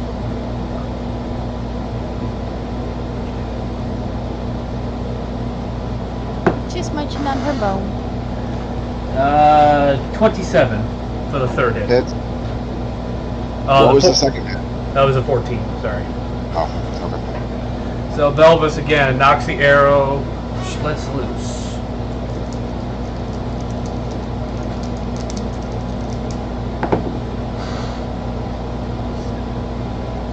That's a 20 damage total. How do you want to do it? So Belvis again, he fires the first arrow. It misses. We'll just say that's a 14. Fires the second one, and it hits him. And then he just kind of really slowly, determinedly, he just kind of closes his eyes, takes a breath, holds it, centers a shot right for the guy's head, lets loose. And he just falls over dead in front of Willow. And Belvis kind of like looks over to Willow and gives her a kind of like, thank you, I'm alive still now. That was number 5, right? Correct. Atheon, you're up. So I'm going to attack the one that I can see that is... Let's see. That's in the middle of the bleachers. Yeah, this one right here. Number 3. And I'm going to... He has not been hit yet. Oh, really? Yeah. You have 2 that haven't been hit yet. Eldritch Blast. Okay. Number 2 and 7 haven't been hit. He was attempting Eldritch Blast again. Is your Eldritch Blast completely black or is it white and black? Mine's purple and black. Ooh, that's pretty. 21 to hit. That hit.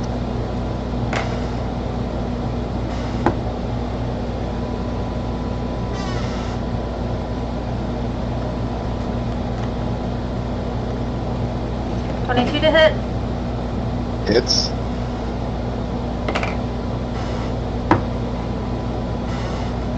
Another 22 to hit. Hits. Jeez, all 4 hit. No. 18 to hit. Just hits. So yeah, all 4 hit. I was gonna put him in half cover, but for you it wouldn't have mattered because I built you to ignore cover. Yep. And then I need my D10. I gave her spell sniper Oh. when I built her. I love spell sweeping. She is the ultimate warlock. 9 She can do her Eldritch Blast up to like 600 feet. 600 feet. 9 for the first one. Okay.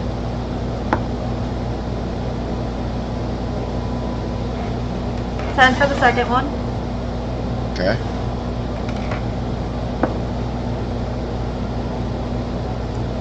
$6 for the third one.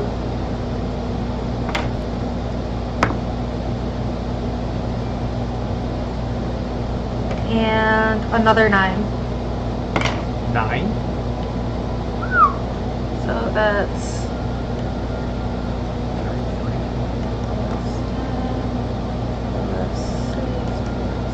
34 total. 34. 34. So, and you guys see this black and purple in the cracks of her stone-like skin turn black and purple as she 4 hits, just pounding this guy. He's still standing though. And then he also gets kicked back.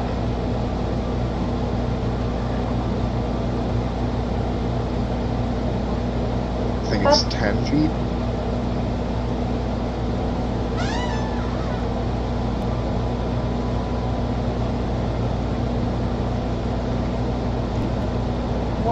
It would be under feet in that, right?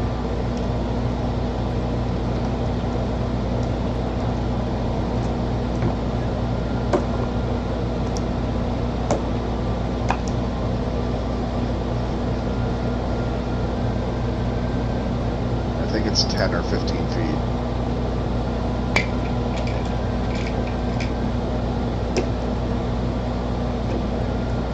It does not say. Well, I let's can't do find 10. it. Let's do 10. He gets knocked back 10 feet. Alright, fans up, Bakira on deck. Bakira, you can get to 6, right? Where is 6? 6 is in front of Sobek. So, yeah, you can get there. It's 35 feet. Yeah, I can get there. You have to jump, but you get there. Alright, I'll save him for you. I will target number 8. Right. And that is a 33 to hit. Just barely hits. I know. I got to get better at this. Oh, and I need a Constitution saving throw, please. Natural 18. So 19 total. These guys aren't as squishy as y'all thought, huh? What are Out of We character, still don't what know. are they? Are they human? You don't know. Yeah. You guys didn't stop to ask, did you? Kind of You didn't negates the whole stop. point. You didn't stop and get to know them. You didn't ask them how their day was. Yeah, these could just be random people doing You different just rituals. decided to kill them. You know what? Moira. Hey, They Atheon doesn't could've- care. They could have been having a picnic With the book and in the singing. They could have been having a campfire singing "Kumbaya." Actually, around they the didn't have a campfire until this one started it. Yeah, there's still a fire burning in the center. Push them in. 45 points of damage. On which one? Number 8. 45. Correct. And I'll hide.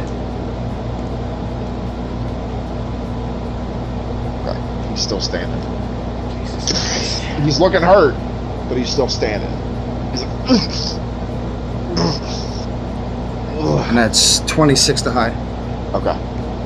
All right, Bakira, you're up. Sobek on deck. Alright. So I'm gonna go after the one in front of Sobek. Okay. Number 6. I'm not even gonna make you make an athletics. You'll be fine. So Like you'll be fine. you can get. You're right there. So normally you could get behind, but because you had to do the jump, that takes 15 feet. So you're not able to take that extra speed around. Alright. I'm going to bonus action first. Hold up. What are you putting on your claws? Some glitter, some nice little polish. What? How about- What am I putting on my claws? How about some star blood? Oh, Jesus Christ. Yeah, you could. Go scratch Atheon. Atheon won't God, care. That would be horrifying. That That would- too much movement. They all Yeah. start tripping out. That would be a fun thing. Hold on. There we go. You can weaponize your blood now, honey. Yeah? Ooh. I mean, to be honest, you could. Okay. So, I'm gonna do my 1d8 of damage to myself Yep. to you invoke the Crimson Right. scratches up her arm, and you see the blood start curling around her claw. Take a full 8 points of damage on that one. Oof.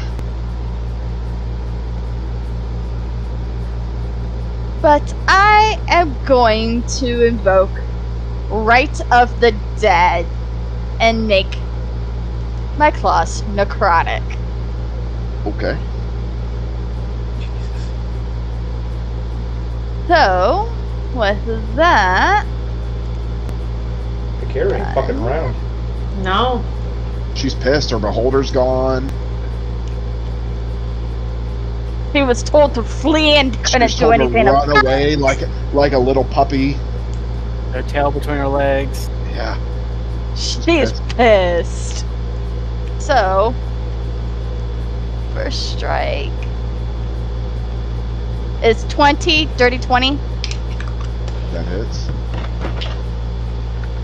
So that would be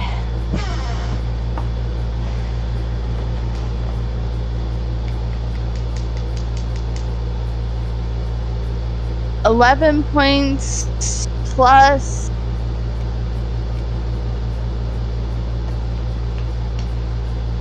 7, so 18. 18 points of damage. 7 of that's necrotic. Okay. Second strike.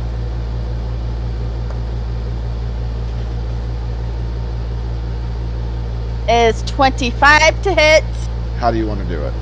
He has 1 health left. You missed it by 1.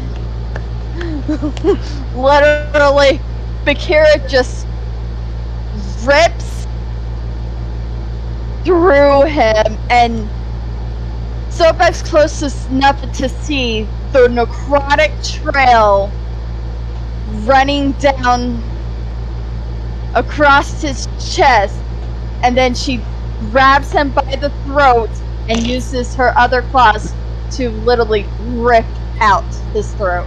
And you see him just fall over after you do that. Alright. So, who's left? Sobek is up with Willow on deck. We have 2, 3, 7, and 8. With as Sobek could see what she done, Bakira would be able to see this blood-curdling smile on Sobek, a mixture of emotions that he's not focused on her. He's focused on the next body right in front of him, and he moves toward it. To the one off to the left or straight ahead? Straight ahead. Okay.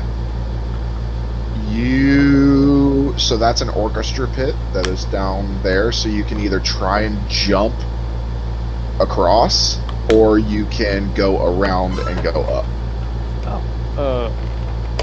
Okay. Now that I actually see that on the map, I'll just view and I'll go towards the one behind Bakira. That's an orchestra pit, so it drops down. Right. I didn't like. The only reason Bakira was able to get there is because of that wolf leap. Oh yeah. Ow! He is kind of like backhand using inflict wounds on this person. Okay.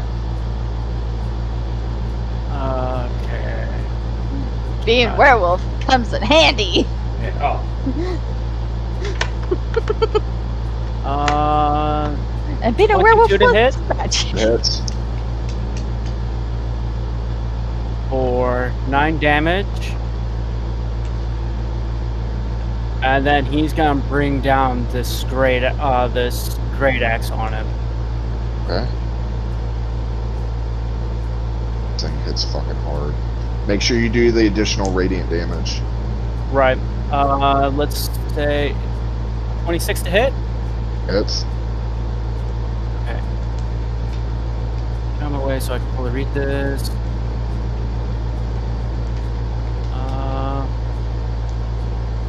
Okay, plus a D8. Okay. Yep. D8 of radiant. So 13 from the slash. God. And 3 radiant damage.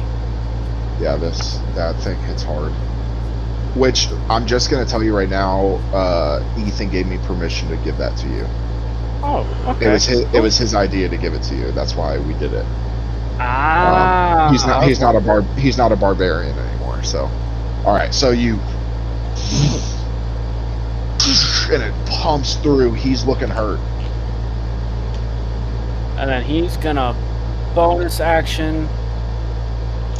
What do I want to do? This sounds fun.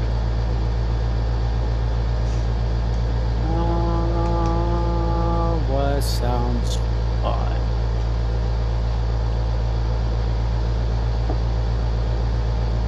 Question: can I add a Searing Smite onto that? I know it won't count for this time, but can he add a Searing Smite onto that axe? Onto the axe, yeah. Yeah, you can. That Searing Smite can go on any weapon. He'll do that. He's gonna add a first level Searing Smite on that. I know it won't work this round, but the first attack. Yeah, I'm just gonna hold on. I'm just gonna double check something.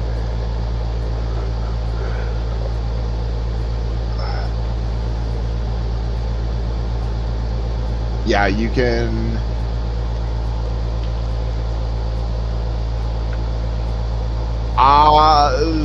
It's iffy. So it lasts for up to a minute, and technically your next round would be about a minute. So if it were me, I would wait and do it at the start of your next turn. Okay, then I'll do Shield of Faith on myself then. Okay.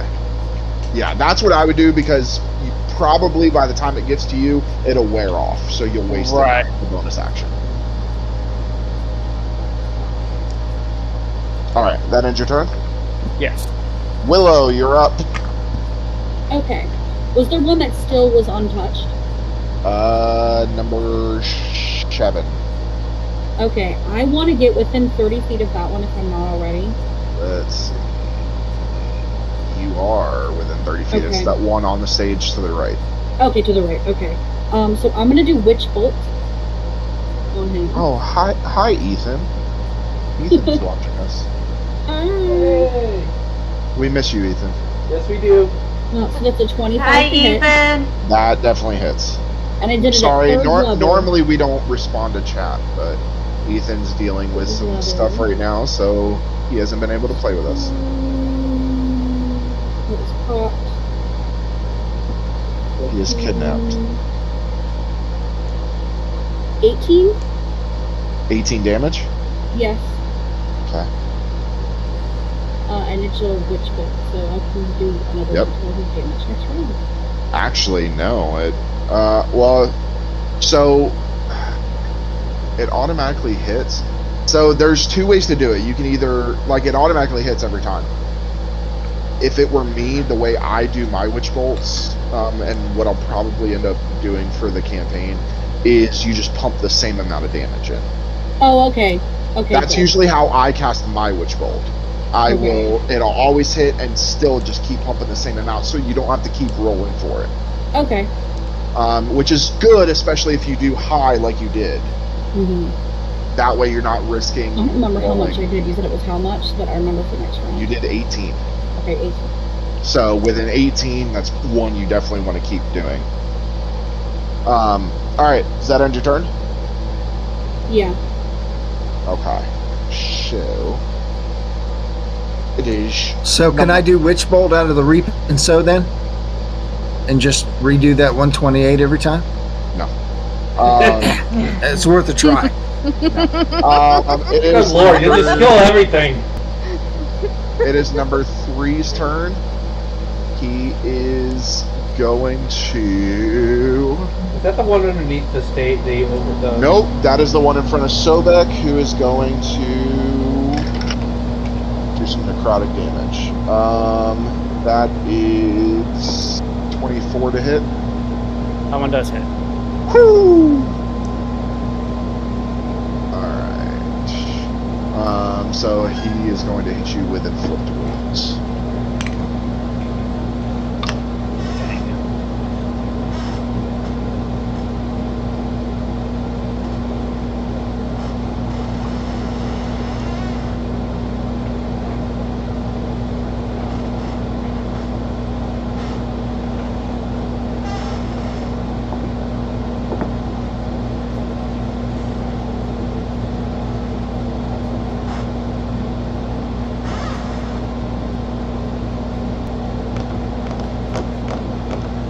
$32 points of necrotic damage as he reaches out and touches you with a green hand. With a green hand? Necrotic. Oh. It pumps through. Then he is going to bonus action. I didn't hear the damage. 32. Okay. Bonus action, Shield of Faith.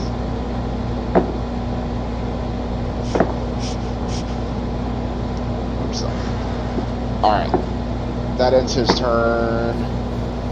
It is now number 2's turn, which is the one under you, Belvis. He's going to use his bonus action to hit you with Spiritual Weapon, which misses because I rolled a natural 6. Yeah. He is then going to run up there Oh. and cast Inflict Wounds on you. I was about to say, it's just me And up that's there. that's a dirty 20. Yeah, that hit. Let me get these.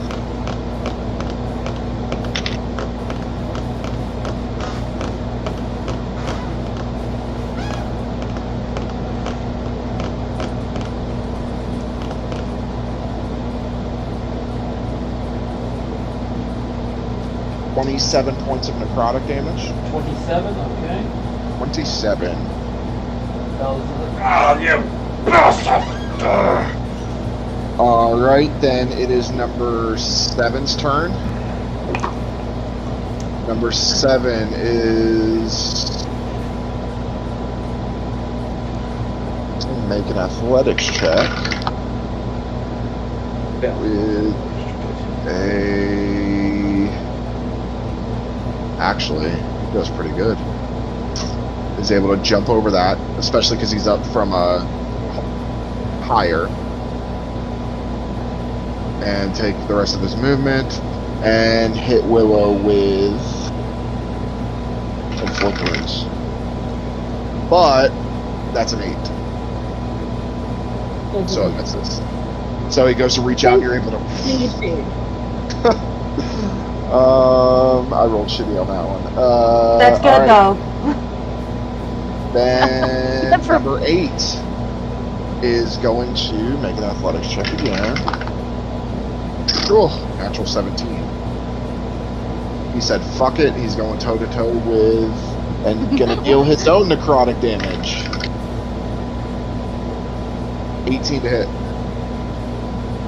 That's my AC. 2. Dang.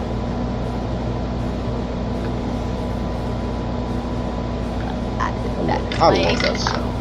I love the sound of the dice sound. Alright. It brings us suffering. Yeah.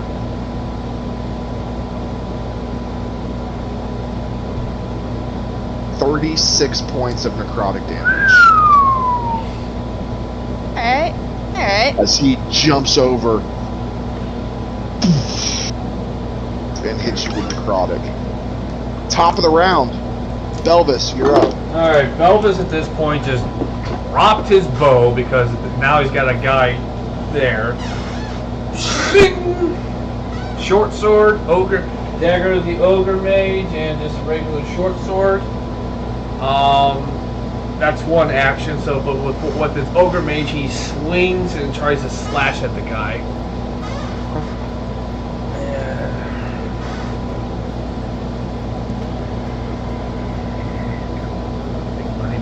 Big money. Natural 20! Alright, so let's see.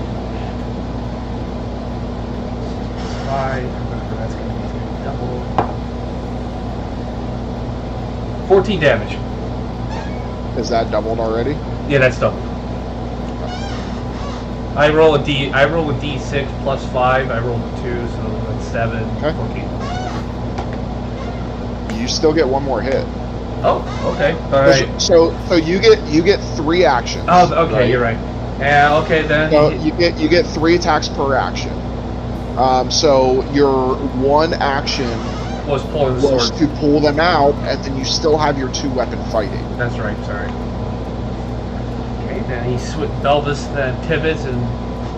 Now, the other thing is you dropped your bow. If you were to put your bow away Yeah. and then pull your stuff, putting the bow away is one action, pulling the blades out is a second. Yeah, that's what I... But then you wouldn't even get a hit at all. Yeah. So just keep that in mind, that dropping is better than putting away. Yeah. That goes for everybody. Always drop your weapon. 24 to hit. Hits. Okay.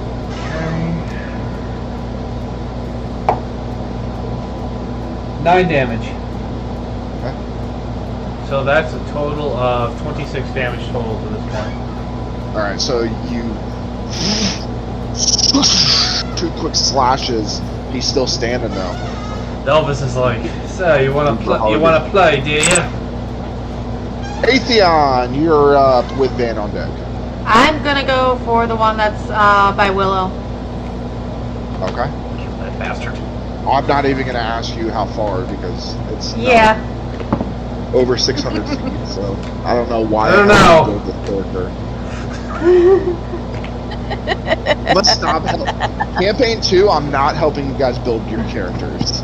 I'm just gonna probably change this character's name and bring him down and like take screenshots of this. I will kill this fucking character completely. Hey, just make it her twin. Yeah. There you go. No, Yeah. already has a twin. No. Triplets! Triplets. Yeah, triplets. Okay.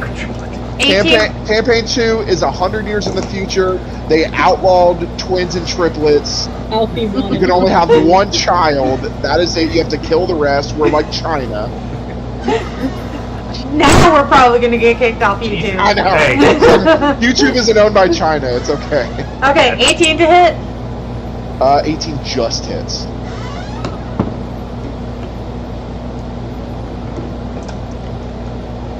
$28 to hit.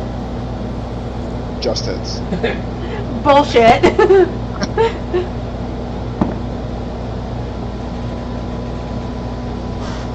Wait, you're Eldritch Blast? Yeah. 15 to hit. Misses. See, I told you, Will is a better warlock. Oh, fuck. I get a plus 11. That one. That's Okay, jail. so roll damage for the first two.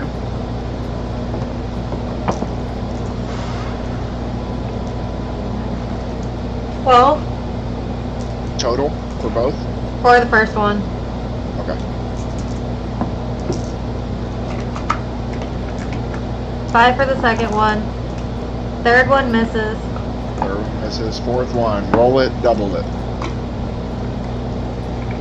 Or 8. 8, so you take 8 damage.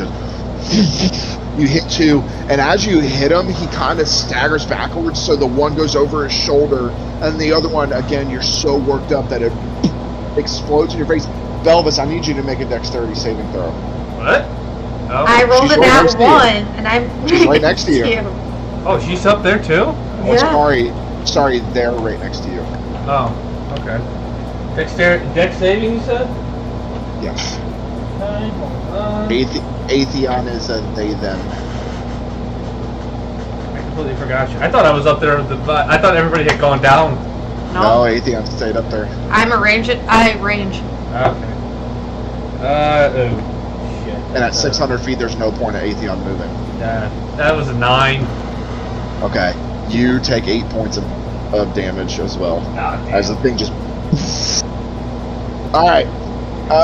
Van is up with What? Kira on deck.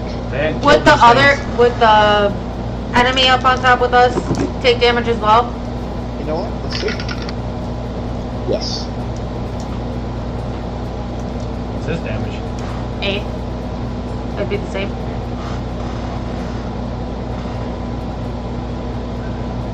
Well, Yeah. she hit something with all three. Three out Hey, of 4. the second one I Alright. hit all 4. Van is up. Number 8 still up. Yes, he is. Barely, but yes. All right.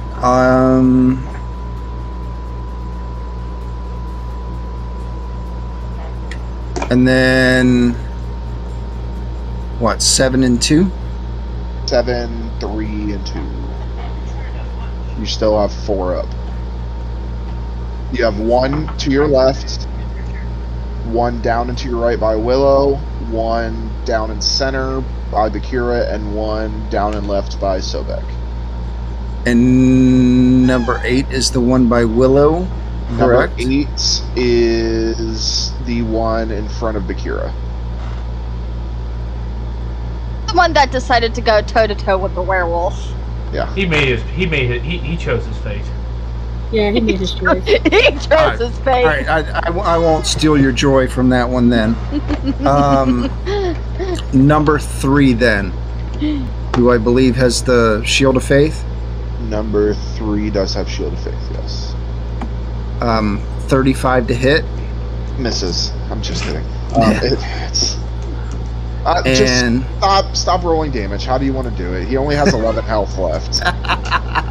why you take my joy, dude? Because Why you take my joy? All right, you just for fun. Constitution saving throw. How bad does this man get decimated? Hey, it's not a bit. 2. 2. Technically He would- 3 with his bonus. He would have been bonked. So, how do you want to do this? I will just kind of roll out from my little hiding spot and just kind of whisper to the reap and sow, "Go get him, baby." and let it go right between his eyes. And you blow out the back of his head. And blood splatters on Sobek. And I'm gonna, as I roll back into my hiding spot, I'm gonna go Shield of Faith. All right. And that's 32 to hide. Bakira's up, Sobek's on deck. Okay, so after taking that necrotic damage from the asshole in front of me, Akira is gonna snarl as she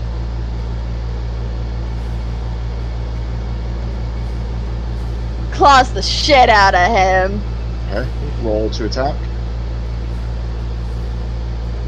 Oh god. And go get some. Get some. 32 to hit? Just kidding. It hits. Roll damage. And now she's rolling like a rogue now. Look out. Yeah. And she's not a rogue. It's that warlock. I know, right? It's the Blood Hunter. 13 Blood Hunter's very close to plus... Yeah. How do you want to do it? There you go. There you go. He had 7 health left. So, Hell we yeah. can't because, you know what?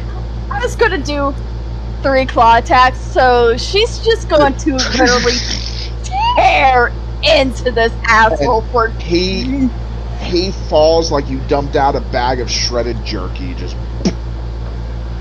Ew. Alright. Sobek.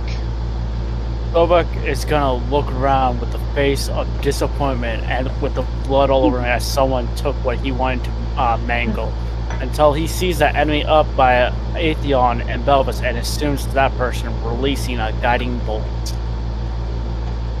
Okay, so we're hitting number 2. Alright. My spell will show up. There we go.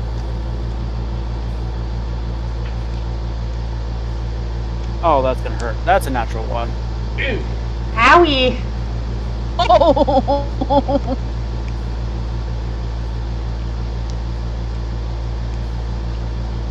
Alright, hold on. Because of your anger, and actually, one of the advantages of this axe that I created, you can re-roll that dice. One time for a long rest. So that's 13 to hit. 13 misses. But you didn't hurt yourself. Yeah. He sees that bolt misses as he raises his hands. As everyone knows, this means he's about to cast Sacred Flame on it. Alright. You shoot your eye out. That I hate that movie. is a fail. The aliens. Aliens! So how about... I'm not saying it's aliens, but it's aliens. 17 damage. How do you want to do it? In his anger, he just raises up his hands like he always does when he casts Sacred Flame, as this thing is surrounded by that lightning flame from when all that has shown his magic within him. As this thing probably turns to ash out in front of him. And you all notice that when he does fall, that he actually glows with a red glow that emanates really bright, almost blinding, before he disappears. And he's dead. Belvis is kind of stunned, like, wow. Okay. Do I have to use another spell slot if I want to carry Witch Bolt the next round? No. Okay, so I'm gonna carry Witch Bolt still. It's gonna be an 18 still for damage. 18 damage. Is Okay. automatically hits. Yep. And then I'm gonna hold on to it for next round.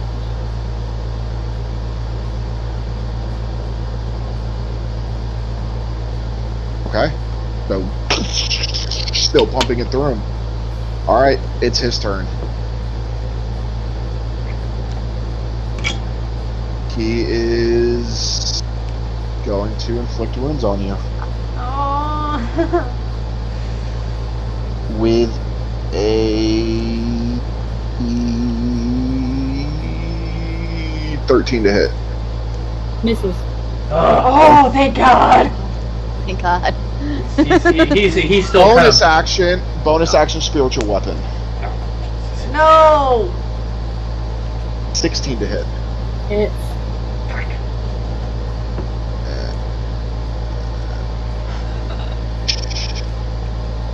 1d8s.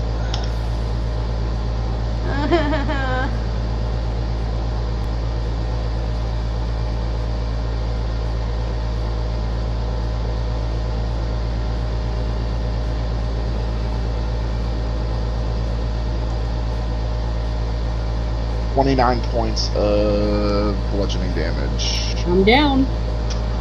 So you see this thing, under. and Willow just drops. She's like twitching like a bug. That ends his turn. Belvis. Belvis, does Belvis see this? Oh yeah. Belvis like, no! Drops his swords, picks up his bow, which is like right next to him, and he just notches an arrow. One arrow. Just one? Just Right. one. Yeah. Remember, you used an action to pick up the bow. Yeah. The only time you get those additional actions is your 2-weapon fighting. Yeah. You're right. And he notches it, aims, and he lets loose.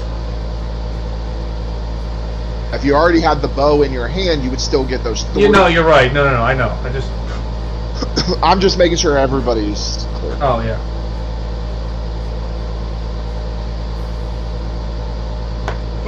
Shit! Bitch. Run away, dice. Run away, die. Could you imagine if it landed on a nat 20 way over there, but it Oh my doesn't god. count? 20. It did. It doesn't count. Oh, it doesn't It count. Why It not? doesn't count. It rolled off your tray. Oh, yeah, you're right. Okay. It's just like having cocked dice. You're right. No, you're right. I literally just said, watch it roll, watch it hit a nat 20 over there, and it You're right. doesn't count. All right. I'm rolling another one then. Yeah, that. I mean, No. I don't know about other. No. DMs You're tables. that's No, completely. I know. understandable. I'm just saying it as a broad thing. I don't know about other DM tables, but mine it has to stay in the tray or whatever. 28 to hit. 30-28. How do you want to do it? Belvis enraged. He has 7 health left. Oh, really? Okay, yeah. Belvis enraged. Lets loose. It just right through his heart. The guy's heart. He just drops dead. And as he falls, the last one, he radiates this red before he dies. So, because of Atheon's dream, would it look familiar to her or not No. really? Okay. Belvis is like, get Willow. She's down. And Willow is down. Okay, Paladin. Paladin's pissed off. Paladin Cleric. Paladin. Paladin is pissed off, and he is going, what do I get? I will give you. You get me not ripping you apart. How about that? Such a cute little dragon boar. So, can I quit looking at pissing around outside Willow? Holds up their hand and is wanting to cast Firebolt at Sobek, but holding back and be like, you will not get this to the face. That's the same threat Procure just made.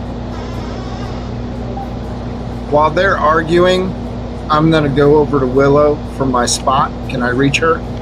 Oh, you're fine. You have free movement now. Okay, I'm gonna go over and I'm gonna pull a good berry from my pack and put it in her mouth. Willow, you are no longer bleeding out, but you still need to be healed. Atheon, just growling, runs over and opens Willow's mouth carefully and pours a potion of greater healing in their mouth. Roll for it, please. Roll the how much you heal. Okay, 4d4. Nobody is safe. Not even the little fairy. Which would have been your third 18. character death. 18. 18. Fourth, I think, Pam, right? Pam is making up for. So you heal for 18, so you're back up. You're good. All right. How long was I out? Not long. And Velvet, Tim, am I right with this? For the next 24 hours, she gets to add a D4 to a Wisdom and Charisma ability checks. Correct. Or saving throws for the next 24 That's one of hours. the good berries. DM Belvis is kind of slings his bow and he goes up and picks up his two swords and. Atheon picks up Willow and places her on their shoulder, and says, "Do not move from this spot unless I tell you to." Okay, my rib hurts. Belvis kind of looks over at Sobek and like points at it's like, you. Where the hell are you? I'm right here. What are you talking about? He kind of keeps glaring and said, but he kind of speaks over to Bakir. It's like, Captain, we should deal with this little shitty bastard. Just keep in mind that book is still burning in the Yeah, I want to go over to the book, and I guess there was a book and a scroll. Correct. I'd like to go over there. Is it like burning, or the cindering, book, or the book is now cindering, but the scroll is okay. It was far enough away from the fire. okay? I would like to grab the scroll, kind of pat out the book, and grab the book also. Okay. And look around if there's anything else.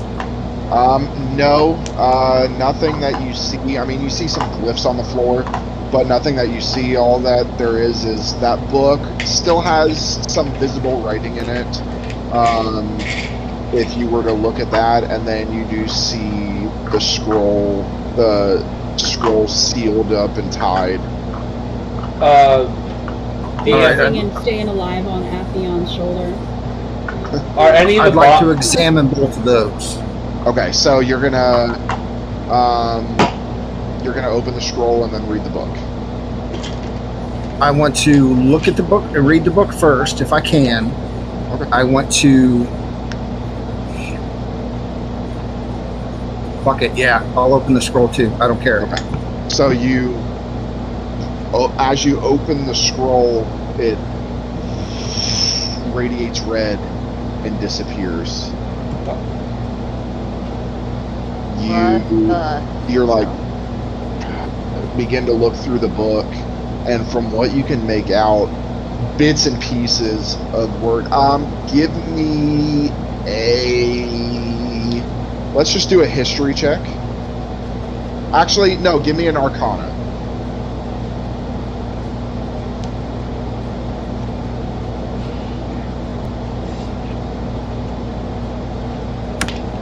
$18. Okay.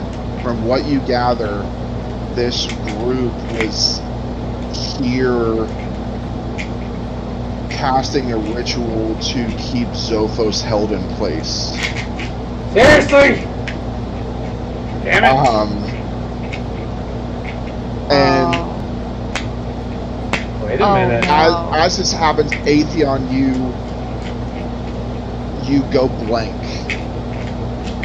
And out of Atheon's eyes, a projection comes. Almost like R2-D2 style projection, where all of you can see it. And it's the voice, it's the hag. What did you do? We fucked up really bad. You broke 2 seals. No. 3 seals. We were told to come here. Sorry. What? What is Sobek? Sobek is a righteous man.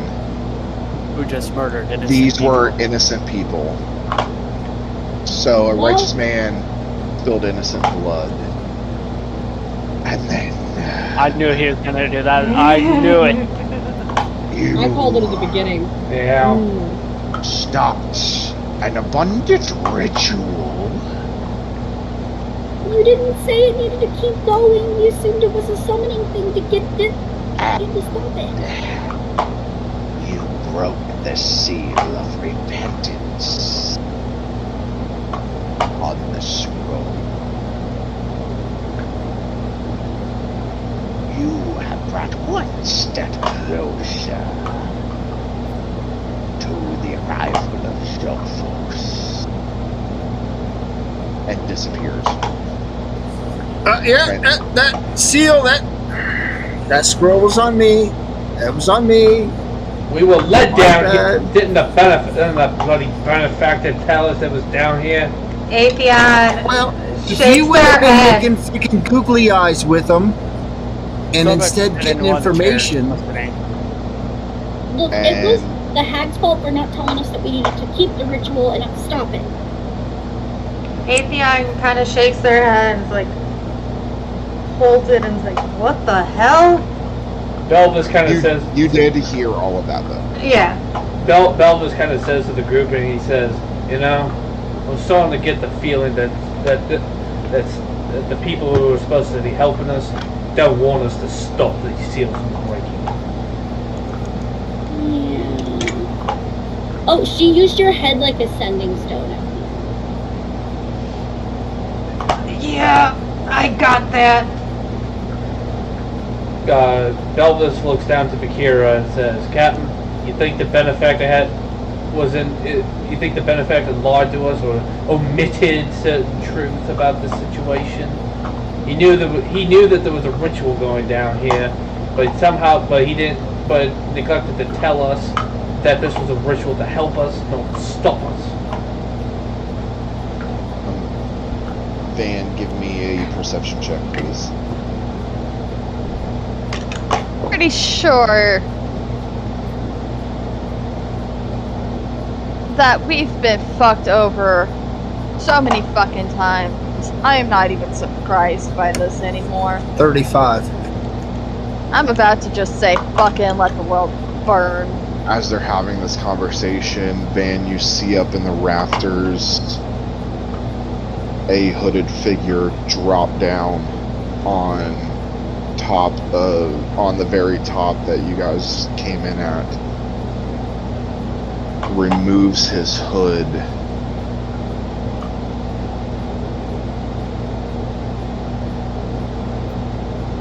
And you see